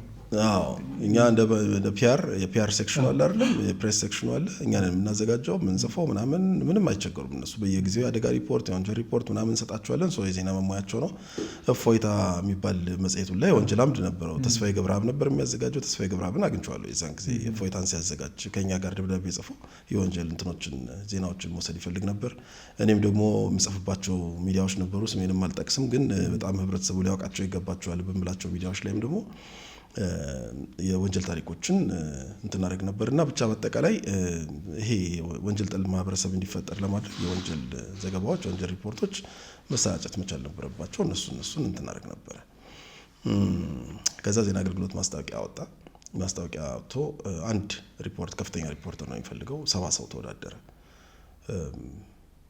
እኔ ፎርቹኔት ኢነፍ ተወዳድሬ ወድቄ አላውቅም ምንም ነገር ላይ ሆነስትሊ ማለት ለኔ ብዙ ይከብደኛል ብዬ አላሰብኩም። ጥያቄውን ማየሁት ሙሉ ጥያቄው በሙሉ ቀላል ነበር። ምክንያቱም ሰራበት ነው የኖርኩት። ጋዜጠኝነትን አነባለሁ፣ ተምሬዋለሁ፣ ኤክስፒሪየንስ አለኝ። ዘገባ ብዙ ምቸገር ሰው አይደለሁም እና ከ70 ሰው አንደኛ ወጣሁ። አለፍኩ። አንድ ሰው ነበር የተፈለገ የነበረው። ከዛ በኋላ ግን እንደገና አዩና 2 ሰው ምናምን መጨመር ፈልገው 1-2 ልጆች ሁለተኛና ሶስተኛ ተጠባባቂ ተመድበው የነበሩት ልጆች ገቡ። በጣም የምወደውን ዜና አገልግሎት የተቀላቀልኩት የዛን ጊዜ ነው። ልጆቹ ጓደኞቼ ነበሩ። እንደነገርኩ አብረን እንሰራ ስለነበር ዜና አገልግሎት ለእኔ አዲስ ያልነበረም።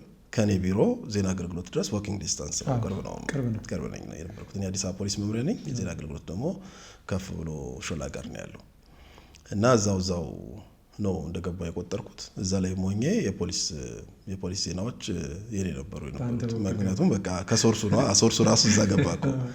ዜና አገልግሎት በጣም የምወደውን እና በጣም ነው የምወደው ዜና አገልግሎትን። አሁንም ቤቱ ራሱ በጣም ደስ የሚለኝ ቤት ነው። ብዙ ነገር አሳይቶኛል። አሁን ከዚህ ከወንጀል ዜናና ከምናምን ስንወጣ ደግሞ ወደ አገሪቱ ታላላቅ ጉዳዮች ገባን። ጠቅላይ ሚኒስትር ቢሮ ቤት ሪፖርተር ነበርኩኝ። አፌን ሞልቼ የምናገረው ዜና አገልግሎት ውስጥ የዲፕሎማቲክ ኮሩን ወደ ሚዲያ ያቀረብኩት እኔ ነኝ ለመጀመሪያ ጊዜ። ቲቪም ምናምንም ሰርተውት አያውቁም ነበር። ዲፕሎማቲክ ማህበረሰቡ ኢትዮጵያ ውስጥ በብዛት ነው አዲስ አበባ ውስጥ ያለውና ግን ሚዲያው አያውቀውም። ምንድነው እኛ ያለን ከዚህ ዲፕሎማቲክ ኮሚኒቲ ጋር ከኤምባሲዎች ጋር ያለን ግንኙነት ምን ይመስላል፣ ፖለቲካ ዲፕሎማሲው ምንድነው መልኩ የሚል ነገር ጥያቄ ስለነበረኝ እየደወልኩኝ አምባሳደሮችን ኢንተርቪው ማድረግ ጀመርኩኝ። ከዛ በኋላ ነው ዋልታም የጀመረው። ቀስ እያለ ደግሞ ኢቢሲ እና ፈርስት ኒውስ ነበር የሚሆን የነበረው። እንደሱ አይነት ዜና ብዙም የተለመደ ስላልነበረ እና ያኔ ያስጀመርነው እኛ ነን። ጠቅላይ ሚኒስትር መለስ በነበሩበት ጊዜም የጠቅላይ ሚኒስትር ቢሮ ኦልሞስት ቤታችን ነበር ማለት ትችላለህ። በየጊዜው መግለጫ ይሰጣል፣ እንግዶች ይመጣሉ፣ በየጊዜው እንሄዳለን፣ ሪፖርት እናደርጋለን እና ብዙዎቻችን ስንሰራ የቆየን ቢሆንም የሆነ ጊዜ ላይ ደግሞ እኔ ቢቶኜ እዛ እየተመደብኩኝ ዜናዎችን ሰራ ነበረ። ትልልቅ የሚባሉት የመንግስት ባለስልጣኖችን ለማግኘት እድል ነበረኝ። ጠቅላይ ሚኒስትሩን ካነሳልኝ ጠቅላይ ሚኒስትር መለስ ዜናዊ ብዙ ሰው ያው በቴሌቪዥን የሚያቸው፣ አንተ ስትቀርብ ፐርሰናሊ ቀርበህ ለምሳሌ በስራ አጋጣሚ ለማውራት ገጥሟል ማለት ከኢንተርቪው ያለፈ? አዎ አንድ ጊዜ የቻይና እንትኖች እዚህ ማይነርስ ኦጋዴን ላይ እንትን ነዳጅ ፍለጋ ላይ የነበሩ ሰዎች ላይ አደጋ ደረሰ። አንዴ ታስታውሰው ከሆነ ከሱ የተረፉትን ሰዎች ሊያነጋግሯቸው እና ያው ሶሊዳሪቲን ለመግለጽ አይዟችሁ ለማለት ቢሮ ተጠርተው ነበረ ቻይናዎቹ እና የዛን ጊዜ እኔ ዜናውን ለመዘገብ ሄጄ ነበርና አጠገባችን ኦልሞስት አብረን ቆመን እነሱን ጨብጠው አነጋግረው እኔም አብሬያቸው ቆሜ ወደ ኬት ነው የመጣው ብለውኝ የዜና አገልግሎት ነው የምሰራው ምናምን ብያቸው ቁጭ ያሉበት ቦታም አጠገባቸው ተቀምጬ ለተወሰኑ ሞመንቶች እነሱንም ሲያነጋግሩ እኔም እሳቸው የሚናገሩትን እየቀረስኩ ኦልሞስት አጠገባቸው ቁጭ ብዬ ነበር የነበርኩት። በጣም በቅርበት አጠገባቸው የተቀመጥኩት የዛን ጊዜ ነው። ከዛ በተረፈ ደግሞ ኢንተርቪው ማድረጊያቸው አውቃለሁ። መግለጫ ይሰጣሉ በጋራ ከውጪ እንትኖች ሲመጡና ብዙ ጊዜ እሳቸው አያወጡም። የሚወጣ የነበረው የእሳቸው ጸሐፊ ዲያቸው መሰለኝ ገብረ ትንሳኤ ይመስለኛል ስሙ። እሱ ነበረ ብዙ ጊዜ ያው እንግዶች መጥተው እንትን ካሉ በኋላ እንግዶቹ ሲወጡ እነሱ እንዴት ነበር ቆይታ ውይይታችሁ ምን ነበር ብለን እንጠይቃቸዋለን። ያስቃል። አንዳንድ ጊዜ የአሜሪካ የጦር ባለስልጣናት መጥተው ውይይታችሁ ምን ላይ ያተኮረ ነበር ስትላቸው በአገሪቱ የልማትና ኢኮኖሚ ጉዳይ ላይ ተወያየን ምናምን ይሉሃልና ያው የልማቱ ጉዳይ መቀጠል ዩኒፎርማቸውን ለብሰው ስለ ልማት ያወራሃልና ያስቃልስ። እና አንድ ወቅት ላይ ምን አጋጠመ መሰለህ? የእሳቸው ፕሮቶኮል የጠቅላይ ሚኒስትሩ ፕሮቶኮል የነበረች ልጅ እናት እንግዲህ እንትን የምታስተባብረው እና ሚዲያም የምትጠራው እሷ ናት። እና አይ ቲንክ የዩኤስ ልኡካን ነበሩ ከእሳቸው ጋር ውይይት የነበራቸው። ዛሬ እንደዚህ አይነት ፕሮግራም አለ ተብሎ ለዜና አገልግሎት ነው መጀመሪያ የሚሰጠው። ዜና አገልግሎት ነው ለሌሎቹ ጥቆማ የሚያደርገው። ዳዊት የሚባል ከጠቅላይ ሚኒስትሩ ጋር ከ40 ሀገር በላይ የዞረ በጣም ቬትራን የነበረ ልጅ ነበር። ከዛ በኋላ ነው እንግዲህ እኛ የመጣ ነው እና እንትን ያልነው እና ሄጄ አልወጣም አቶ ገብረትንሳኤ ካልተሳሳትኩ እንግዲህ ስሙን እሱ ከሆነ ዲያቸው የነበረው እና ስራ ይዞ ስለነበረ እኔ ቆሜ እጠብቃለሁ ከመንግስት ወገን ውይይቱ ምን እንደነበረ እንዲገልጽልኝ ይግባ ተባለ። እና እንትን አላልኩም ቢሮው ውስጥ ገብቼ አላቅም ወደ እነሱ አካባቢ ላይ እና እንግዲህ አሁን በቲቪ የምታያት ድሮ ደረጃ ነበረች ወደ ጠቅላይ ሚኒስትሩ ቢሮ መግቢያ በቀይ ምንጣፍ የተነጠፈች ደረጃ እና ከሷ ሲወርዱ ሲወጡ ምናምን ነው። ያችን ብዙ ሰው አያልፋትም። የጠቅላይ ሚኒስትሩ የራሳቸው ቢሮ ናት።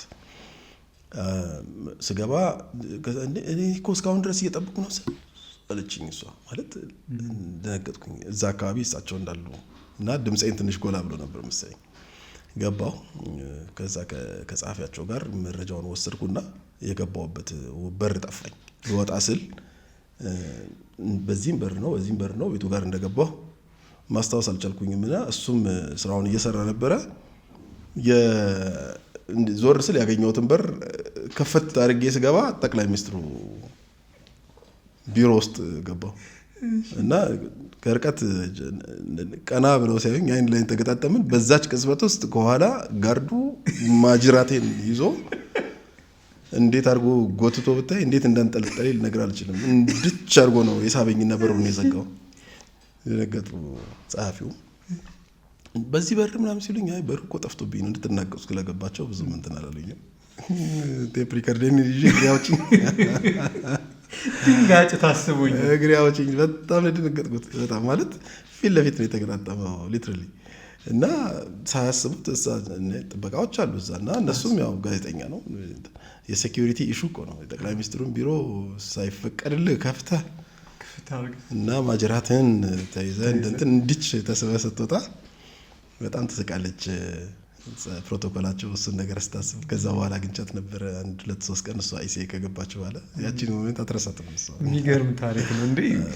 ማለት ትልቅ የሀገሪቱ ቁንጮ በሆነ ባልጠበቅከው መንገድ በበር ተከፍቶብህ ሲገባ አንድ ከፍተኛ ሪፖርተር ሲመጣ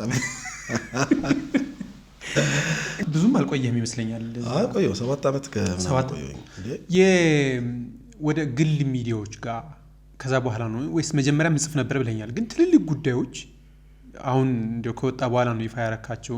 እኛም ስናነብን ተማሪ ሆኜ 2002-3 አካባቢ እና አዲስ ሮዝ ነበረች ዛን ሰዓት የታፈኑ እውነቶች ላይ ይጻፍ ነበረ።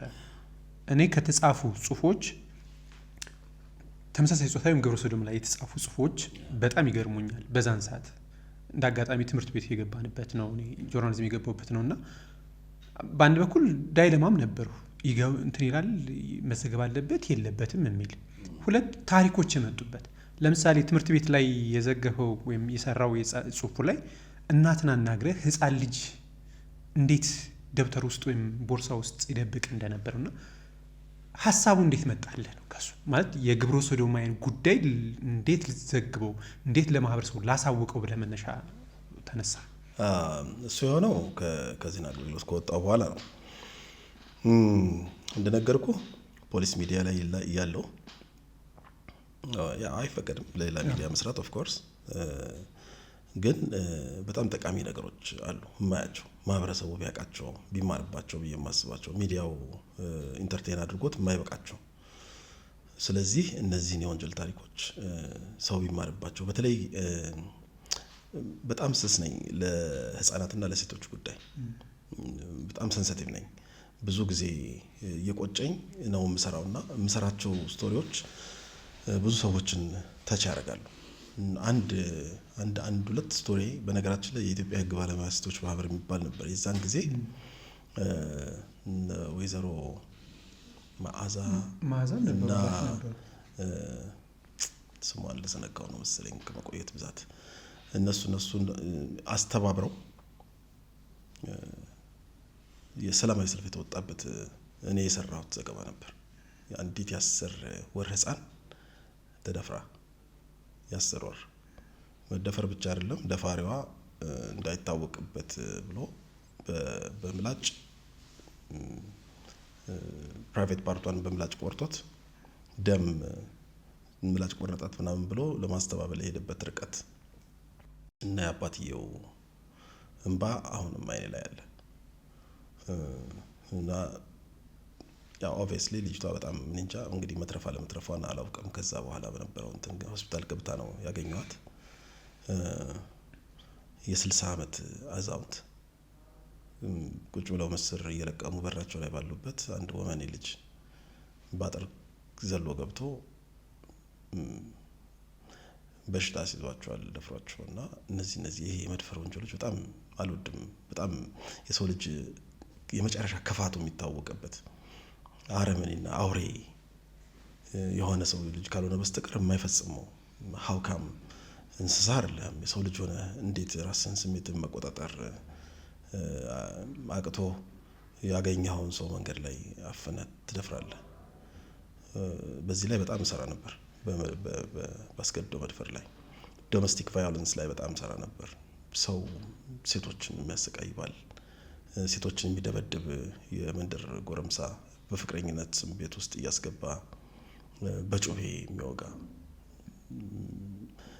ደሞ ምን ቢስላለች የሚገል አልፈልግም ካንተ ጋር መኖር ስላለች ብቻ እንደ ፎር ግራንትድ ወስዷት እሷን እንደ ግል ንብረቱ አድርጎ ጥርሷን የሚያደርግ አይኗን የሚያጠፋ በጩቤ የሚወጋ ሰው ለኔ ሰው አይደለም።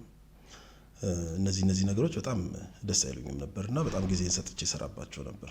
ብዙ ማህበረሰቡን ለማንቃት ዶሜስቲክ ቫዮለንስ በጣም ትልቅ ኢሹ እንዲሆን ለማድረግ ይሄ በፍቅረኞቻቸው በባሎቻቸው የሚገደሉ ሴቶች ንጹሃንን እንደው እንባቸው መታበስ አለበት እያልኩ ብዙ ሰራ ነበርና በእነሱ ጉዳዮች ላይ ብዙ ጽፍ ነበርና አይበቃውም ሚዲያው አየህ ኢንተርቴን አድርገን ደግሞ መጻፍ ፈልጋለሁ ታሪኩን። እቺ በትንሽ ደቂቃ ዝም ብለህ ስለ ጫርካትና ምናምን ብቻ የምትሆን አይደለችም። በቴሌቪዥን አንድ ፕሮግራም ሰርተህ ምናምን በጣም አስለቀሰን እንደምንድን ነው እንደዚህ የምታነበው ሰው እንዲያዝን ፈልገህ ነው ወይ ምናምን ይሉኛል። ነው ስሜት ውስጥ ሆኜ እንትን ስለምለው ራሴ ነኝ የምተርከው ራሴ ነኝ ቪዲዮውን ማሳየው። ብዙ ሰው ይደውላል እና በጣም የሚያሳዝን ነገር ነው። እንዲቆጣ ፈልጋለሁ ማህበረሰቡ በዚህ ጉዳይ ላይ አክሽን እንዲወስድ ፈልጋለሁ፣ ኖ እንዲል ፈልጋለሁ። እና አንድ ጠበቃ አንድ ወቅት አንዲት ልጅ ተደፍራ የደፈራት የ3 ልጆች አባት የነበረ ሰው ነው። የቤት ሰራተኛ ለመሆን እናቷን ለመርዳት የታመመች እናቷን ለመርዳት የቤት ሰራተኝነት ለመቀጠር ገና በ14 ዓመቷ ደላሎች ጋር ቆማ አግኝቷት ወስዷት ሆቴል ውስጥ አስገብቶ ለ3 ተከታታይ ቀናት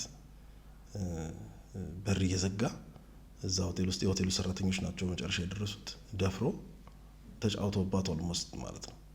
መጨረሻ ላይ ፖሊስ ይዞት ታስሮ የሱን ዜና ስሰራ ልክ የኔ እህት እንደዚህ እንደተደረገች ነበር የተሰማኝና በሰውየው ክፋትና መጥፎነት አሁንም ሳስበው ሰውየው ይቀፈኛል።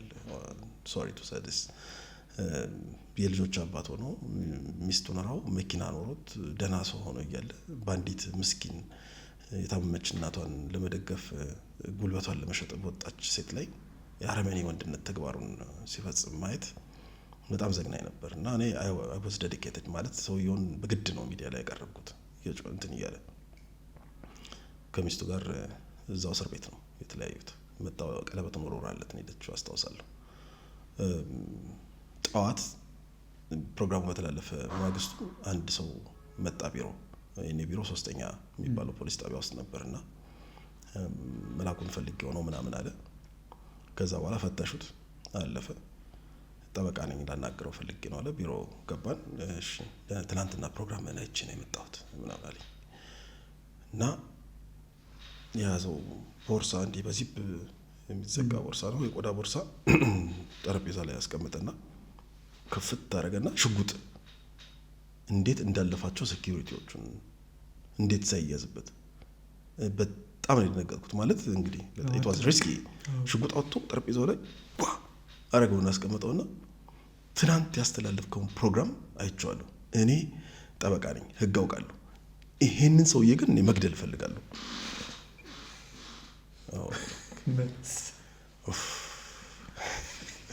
ግንባሬን ቢሎ ደፍቶኝ እዛ ቢሆን ማን ያዝልኝ።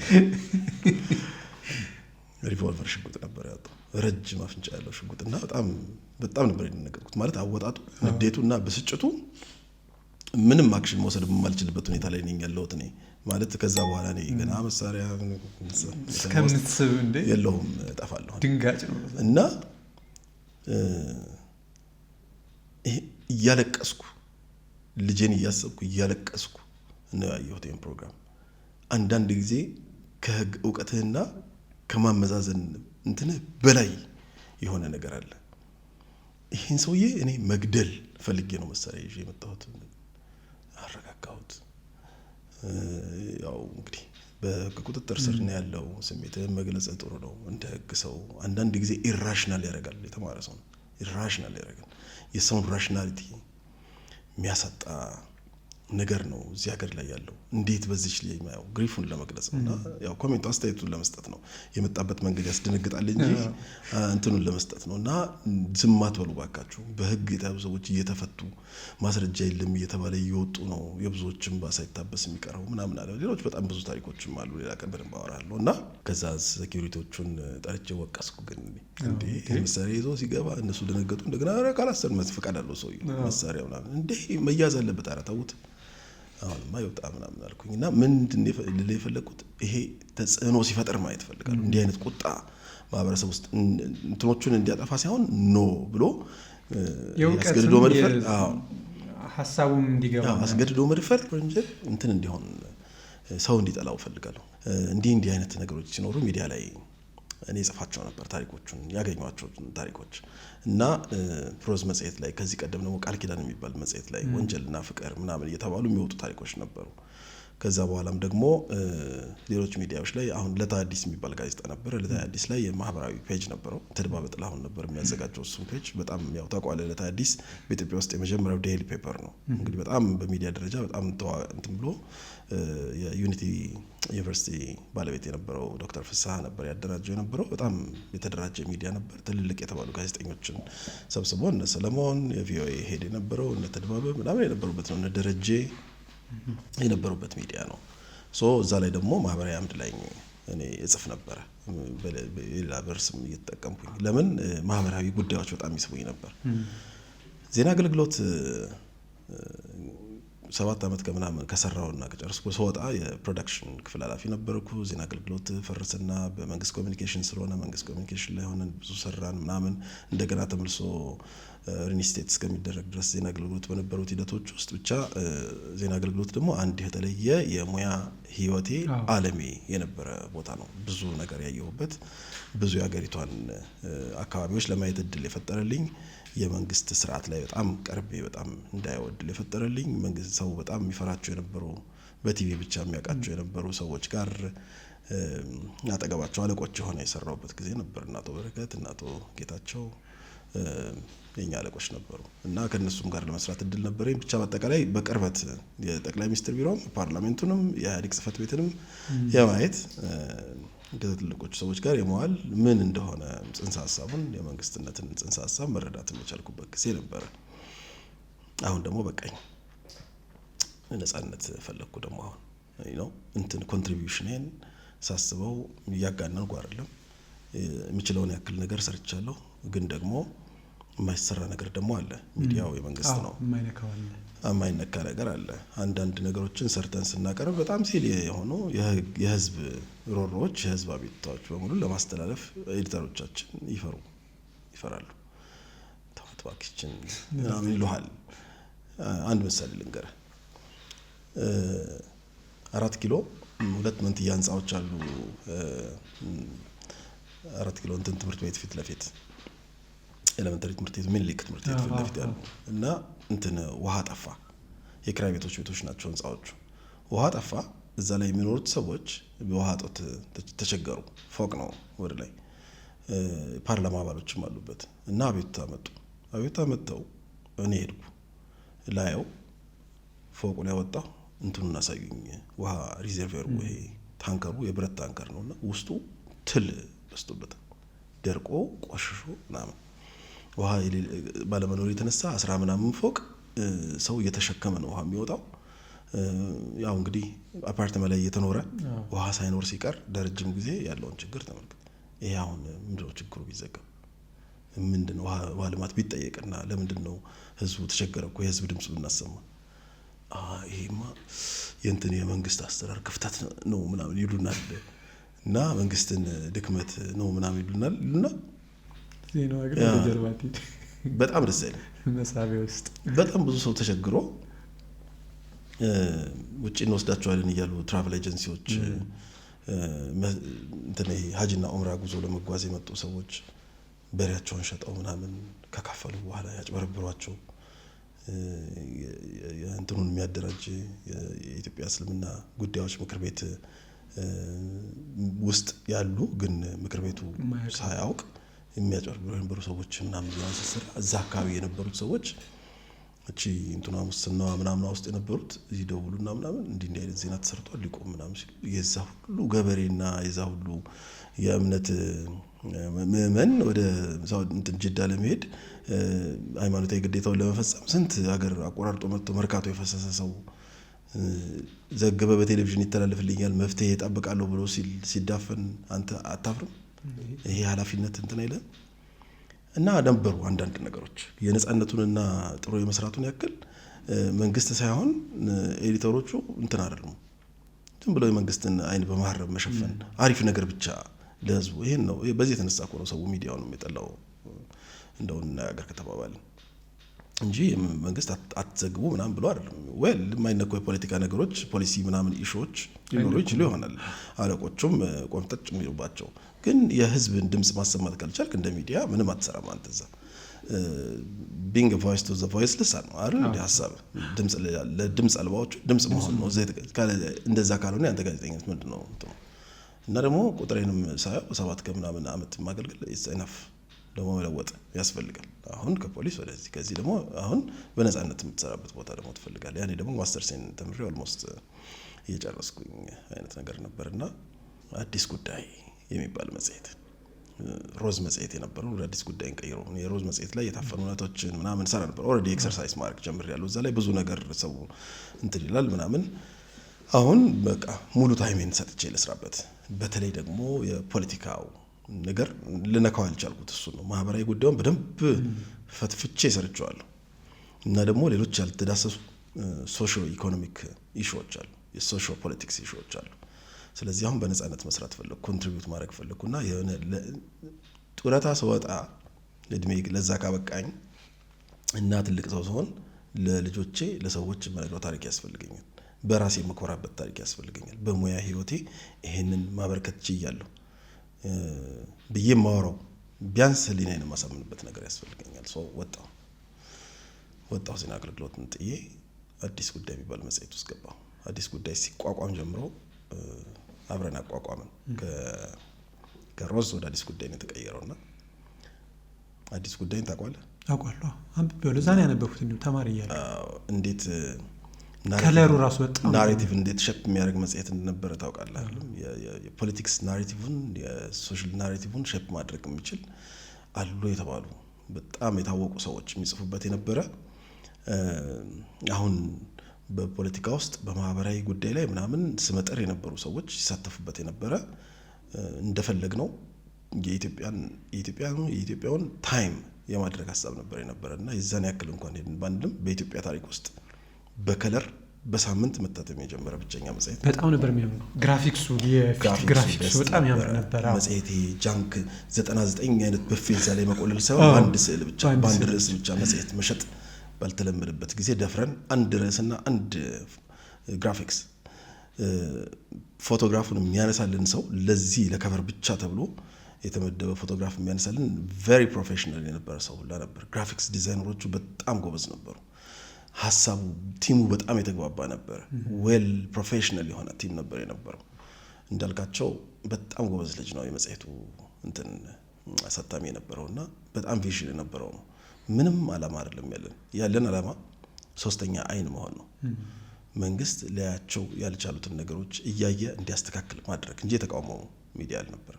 ያልታዩ ነገሮች አሉ ማህበረሰቡ የሚማረርባቸው በማህበራዊ ኑሮ፣ በፖለቲካው፣ በቢሮክራሲው በምኑ ማንገባበት ቦታ የለም። እሱ ላይ ኮንትሪቢዩት ማድረግ ነበረብንና አይ ዋዝ ማኔጂንግ ኤዲተር ለዛ መጽሔት ያው መጽሔቱን መመራው ነው የነበረው። የፊት ለፊት ፔጅ አብይ ጉዳይ አይተዋል። አብይ ጉዳይ እኔ መንግስት ራሱ እንዴት ተጠቅሞበታል ብዬ አስባለሁ። እኔ ዝም ብሎ ሳስበው እና እንዴት በቃ ማለት ከፍሎ ቢያሰራው ራሱ የሚያስፈልገው እንትና ዝም ብለን ባላ ተባለ አይደለም የምንሰራው። ስቶሪዎች በጣም ጥናት አለው፣ ሪሰርች ይሰራበታል፣ ጉዳዮቹ ይመዘናሉ። የሰው ስሜት ውስጥ ገብተው ቁጣ ሳይሆን እውቀት እንዲፈጥሩ ነው የሚፈልገው። መንግስት ጋር ሲሄዱ ደግሞ አይን እንዲገልጡ ነው የሚፈልገው። ይህን ነገር አስተካክል ነው። ከመምጣቱ በፊት በጣም ብዙ ነገር ጽፈናል። ከመከሰቱ በፊት እኔ አንዳንድ ጊዜ የጠንቋይ ስብስብ ነበር እንደዛ እንትን የነበረው እላለሁ። እውነቴን እኮ ነው የምልህ። ማለት የሆነ የሚታየን ነገር ነበረ። የሆነ ችግሮች የሆነ ሚዲያ ላይ አይደለም ስፒን አውት ሲያደርግ ታያለህ፣ ሲሽከረከር ይሸታል የሆነ ነገርና እዚህ አካባቢ ላይ እዩት። ሬዚስታንስ ተጀምሮ የነበረ ጊዜ በዩኒቨርሲቲው አመጽ መጥቶ የነበረ ጊዜ የአመጽ መንግስት ሊገለበጥ እንደሚችል መንግስት ሊያፈርሰው እንደሚችል እኛ አስቀድመን ጽፈናል። ፕሮፐርሊ አድሬስ መደረግ አለበት። ጥያቄዎች መመለስ አለባቸው። ማስተር ፕላኑ ያመጣቸው የአዲስ አበባና የኦሮሚያ ማስተር ፕላኑ በዛን ጊዜ የተነሱት ነገሮች የሚፈነዱ ቦምቦች ናቸው እና ተመልከቷቸው፣ አድሬስ አድርጓቸው። ማለት ይሄ ጥያቄውን ያነሳውን ሰው ማፈን መፍትሄ አይደለም። ጥያቄውን ያነሳውን ሰው አድሬስ ማድረግ ወይም ደግሞ የተጀመረውን ነገር ከህዝብ ጋር ተመካክሮ መስራት ነው የሚበጀው። በጣም ብዙ አዲስ ጉዳይ የሚያነቡ የሚያስታውሷቸው በጣም ብዙ ነገሮች አሉ። የፖለቲካ ፔጁ ይዟቸው የነበረ። ከዚህ በተረፈ ደግሞ ማህበራዊ ጉዳዩ አለ። የታፈኑ እውነቶች ወዝ ማይ ኤክስፐርቲዝ እኔ ብቻ ነበርኩኝ የምሰራ የነበረው የኔ ፔጅ ነው። እኔ ማኔጂንግ ኤዲተር ነኝ ብያለሁ። የታፈኑ እውነቶች የኔ ፔጅ ነው። ፍቅርና ወንጀል እና ህግ የኔ ወንጀል የኔ እንትኖች ነበሩ። ኤዲቶሪያል እንደ አዘጋጅ ጽፍ ነበረ። ከዛ በኋላ ደግሞ አንድ ኮለን ነበረች እንደው መንግስት ቢያያት ብለን ይሄ ሳርካዝም እንደ ምጸት አይነት ነገር ያው ጠቅ የምታረግ ነገር ሪፖርተር ላይ እንደ ደላላው ምናምን ሚኒስትሩ ለኛ ማንን ማምትል እንትን ነበረች። ሀሜትን በአደባባይ ማለት ነው። የአደባባይ የሚባል ሀሜት የለም ማለት የሚጻፍ ሀሜት የለም። ለማን እንንገረው ጉዳዩ እና እዛች ላይ ለምሳሌ ብርሃንና ሰላም ማተሚያ ድርጅት አንድ ማሽን ገዛ። በጣም ብዙ ሚሊዮን ብር የፈጀ ማሽን ተገዝቶ ሚስጥራዊ ህትመቶችን እንዲታተሙበት ነው። እንግዲህ ብር ድረስ ማተም የሚችል ማሽን ነበር እና ሎተሪዎች ምናምን ውጭ ይደረግ የነበረውን ይሄ ሚስጥራዊ ህትመት ምናምን የሚያስቀር ነው። ተገዝቶ ተሸፍኖ ተቀምጧል። ከዛ በኋላ ምርጫ ቦርድ ሌላ ሚስጥራዊ ማሽን ገዛ። እኛ ሚዲያ እኮ ነን እናውቃለን እኮ። ብርሃንና ሰላም ገዝቷል፣ ዜና ተዘግቧል፣ አይተናል። ምን ያደርጋል? ምርጫ ቦርድ ለምን ይገዛዋል? ብርሃንና ሰላም ሄደው አያሳትምም እንዴ? ምንድን ነው ይሁሉ ሪደንደንሲ፣ የማሽን ሪደንደንሲ እና ማንንማ እንደዚህ ነበር እንትን ቢለው በማሽን ላይ ማሽን ድንጋይ መቆለል ነው ቢቀርባቸው አይነት ነገር ነው። ያንን ምን ልታደርጉት ነው እዚህ ጋር ገዝታችሁ? እና የሚረሱ ሰዎች አሉ። በነገራችን ላይ ህዝብ አይረሳም፣ ሰው አይረሳም። ጥሩ መመለከቻ አይን አለው ይላል ዮሴፍ ኮንራድ። ህዝብ ጥሩ መመለከቻ አይን አለው እና ህዝብ ስለማይረሳ ህዝብ ያረሳውን ነገር ማስታወሻ ነገር ነበር የምንጽፍ የነበረው እና ምን አዲስ ጉዳይ ላይ ምንም አይዘገባል። የቢዝነስ አምድ አለ፣ ቢዝነስ ስቴትመንት የአገሪቱ ስራን ማህበራዊ ልምድ ማድረግ፣ በስራ መነሳት፣ በስራ ማደግ፣ በስራ መበልጸግ እንጂ ሌብነት ማንም እንደማይጠቅም የሚያስተምር ከልጅነታቸው ጀምሮ አፈር ዋጣው ግን ስካይ ስክራፐርስ ድረስ መገንባት የቻሉ የሀገራችን ሀብታሞች ድንገት ወፍ ዘርቷቸው መጥተው ድንገት ሀብታም የሆኑ ሰዎች ሳይሆኑ ፍዳ በልተው ሎሚና ሻይ ሸጠው እዚህ የደረሱ የምርም ትራጀክተሪያቸው በልፋት ያለፈ የቢዝነስ ሰዎችን ታሪክ ደግሞ እዛ ላይ ደግሞ እንጽፍ ነበር። እኔ አሁን እሱ ታሪክ የታፈኑ እውነቶች የሆነ ቀን ተሰባስበው መጽሐፍ ይሆናል። ሰውን የሚያስተምር ብዙ ነገር ስላለው እንዲህ አይነት በጣም ጠቃሚ ብፌ ደግሞ በዚህ ላይ የመጨረሻውን አምድ ነፃ ሀሳብ ብለን እኔ የዋልታው ነፃ ሀሳብ ከዛ ሳይወሰድ ይቀራል። ዋልታ ነበር ቋልታ ነፃ ሀሳብ ነበር የምትለው የመጨረሻው አምድ። አብይ ጉዳይ ለአርት ወሰድኩት እኔ አብይ ጉዳይ። ነፃ ሀሳብ ግን ዋልታ ጋር ሄደች መሰለኝ። ነፃ ሀሳብ የምትል አምድ ነበረችን እና አሁን ይሄንን ሲሰማ ስሜነ ስለ ነፃ ሀሳብ ብሎ መጣል ብሏል። እሱ ስለጨመረበት እና ደግሞ አሁን ያው ከዛ አካባቢ አልጠፋም። ብቻ ነፃ ሀሳብ የምትል አምድ ነበረች። ያቺ ነፃ ሀሳብ ከፈለገ ኢህአዴግ፣ ከፈለገ ቅንጅት፣ ከፈለገ ኦነግ የፈለገው የፖለቲካ ሀሳብ በጨዋነት የሚያሰፍርበት ክርክር የሚያደርግበት በመጽሔት ደረጃ በሳምንት ውስጥ ሁሉም የፖለቲካ መሪዎች ኢህአዴግ ሲያስቸግረን ብዙዎቹ ይጽፉ ነበር። ኢህአዴግ ውስጥም ደግሞ ነበሩ ሀሳብ የሚጽፉ የነበሩ ለሚዲያው ቅርብ የነበሩ ለምሳሌ የውጭ ጉዳይ ሚኒስቴር እንደ አምባሳደር ዲና ሙፍቲ አይነት፣ የጤና ሚኒስትር ቴዎድሮስ አድሃኖም ለሚዲያው ቅርብ ነበሩ። ስንጠይቃቸውም ቢማይሉ አንዳንዶቹ ደግሞ በጣም ይርቁናል። እነሱ እዛ ላይ ደግሞ እንትን ይሉ ነበር። ሃይማኖት ደግሞ አምድ ነበር። የሃይማኖት አምድ ላይ ሃይማኖት የጸብ እና የግጭት ሳይሆን የአንድነት መሰረት ነው መሆን ያለበት ብለን ለሙስሊም እስልምናውን አንድ ሳምንት፣ ለፕሮቴስታንቱ አንድ ሳምንት፣ ለኦርቶዶክስ አንድ ሳምንት ሰጠን። እነዚህን 3 ሃይማኖቶች ኢንተርቴን የምናደርግበት በየጊዜው አንድ በሚያደርጉን ሀሳቦች ላይ አንድ ርዕስ ነው የሚሰጣቸው። ለ3 ሳምንት ጽፋሉ በዛ ርዕስ ላይ በየሃይማኖታቸው ፐርስፔክቲቭ። ለምሳሌ አንድነት ምንድን ነው? መፋቀር ምንድን ነው? ከሃይማኖት አንጻር ስንመለከተው ባልንጀራህን እንደ ራስህ አድርገህ ውደድ የሚለው ሀሳብ ቢነሳ በእስልምናም በፕሮቴስታንቲዝም የራሱ ፈርስ አለው እና እሱ ላይ እውቅ ሰዎች ይጽፉ ነበር። እነ ዳንኤል ክብረት ይሰሩበት ነበረ። እነ ሰለሞን ተሰማጂ ይሰሩበት ነበረ። ብዙ ዶክተሮች የሚጽፉበት ነበሩ።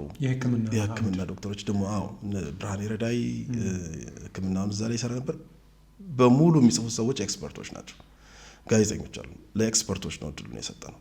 እነዚህ አሁን ካልኩ አምዶች ውጪ አብዛኛውን ሰው የሚጽፈው ኤክስፐርት ነው። እየከፈልን ነው የምናጽፈው። እና አሌክስ አብርሃም ለመጀመሪያ ጊዜ ወደ መጽሐፍ ወደ ህትመት የመጡት እኛ መጽሔት ላይ ነው። በነገራችን ላይ የሚል አምድ ከፍተን አሌክስ አብርሃም ይሰራ ነበር።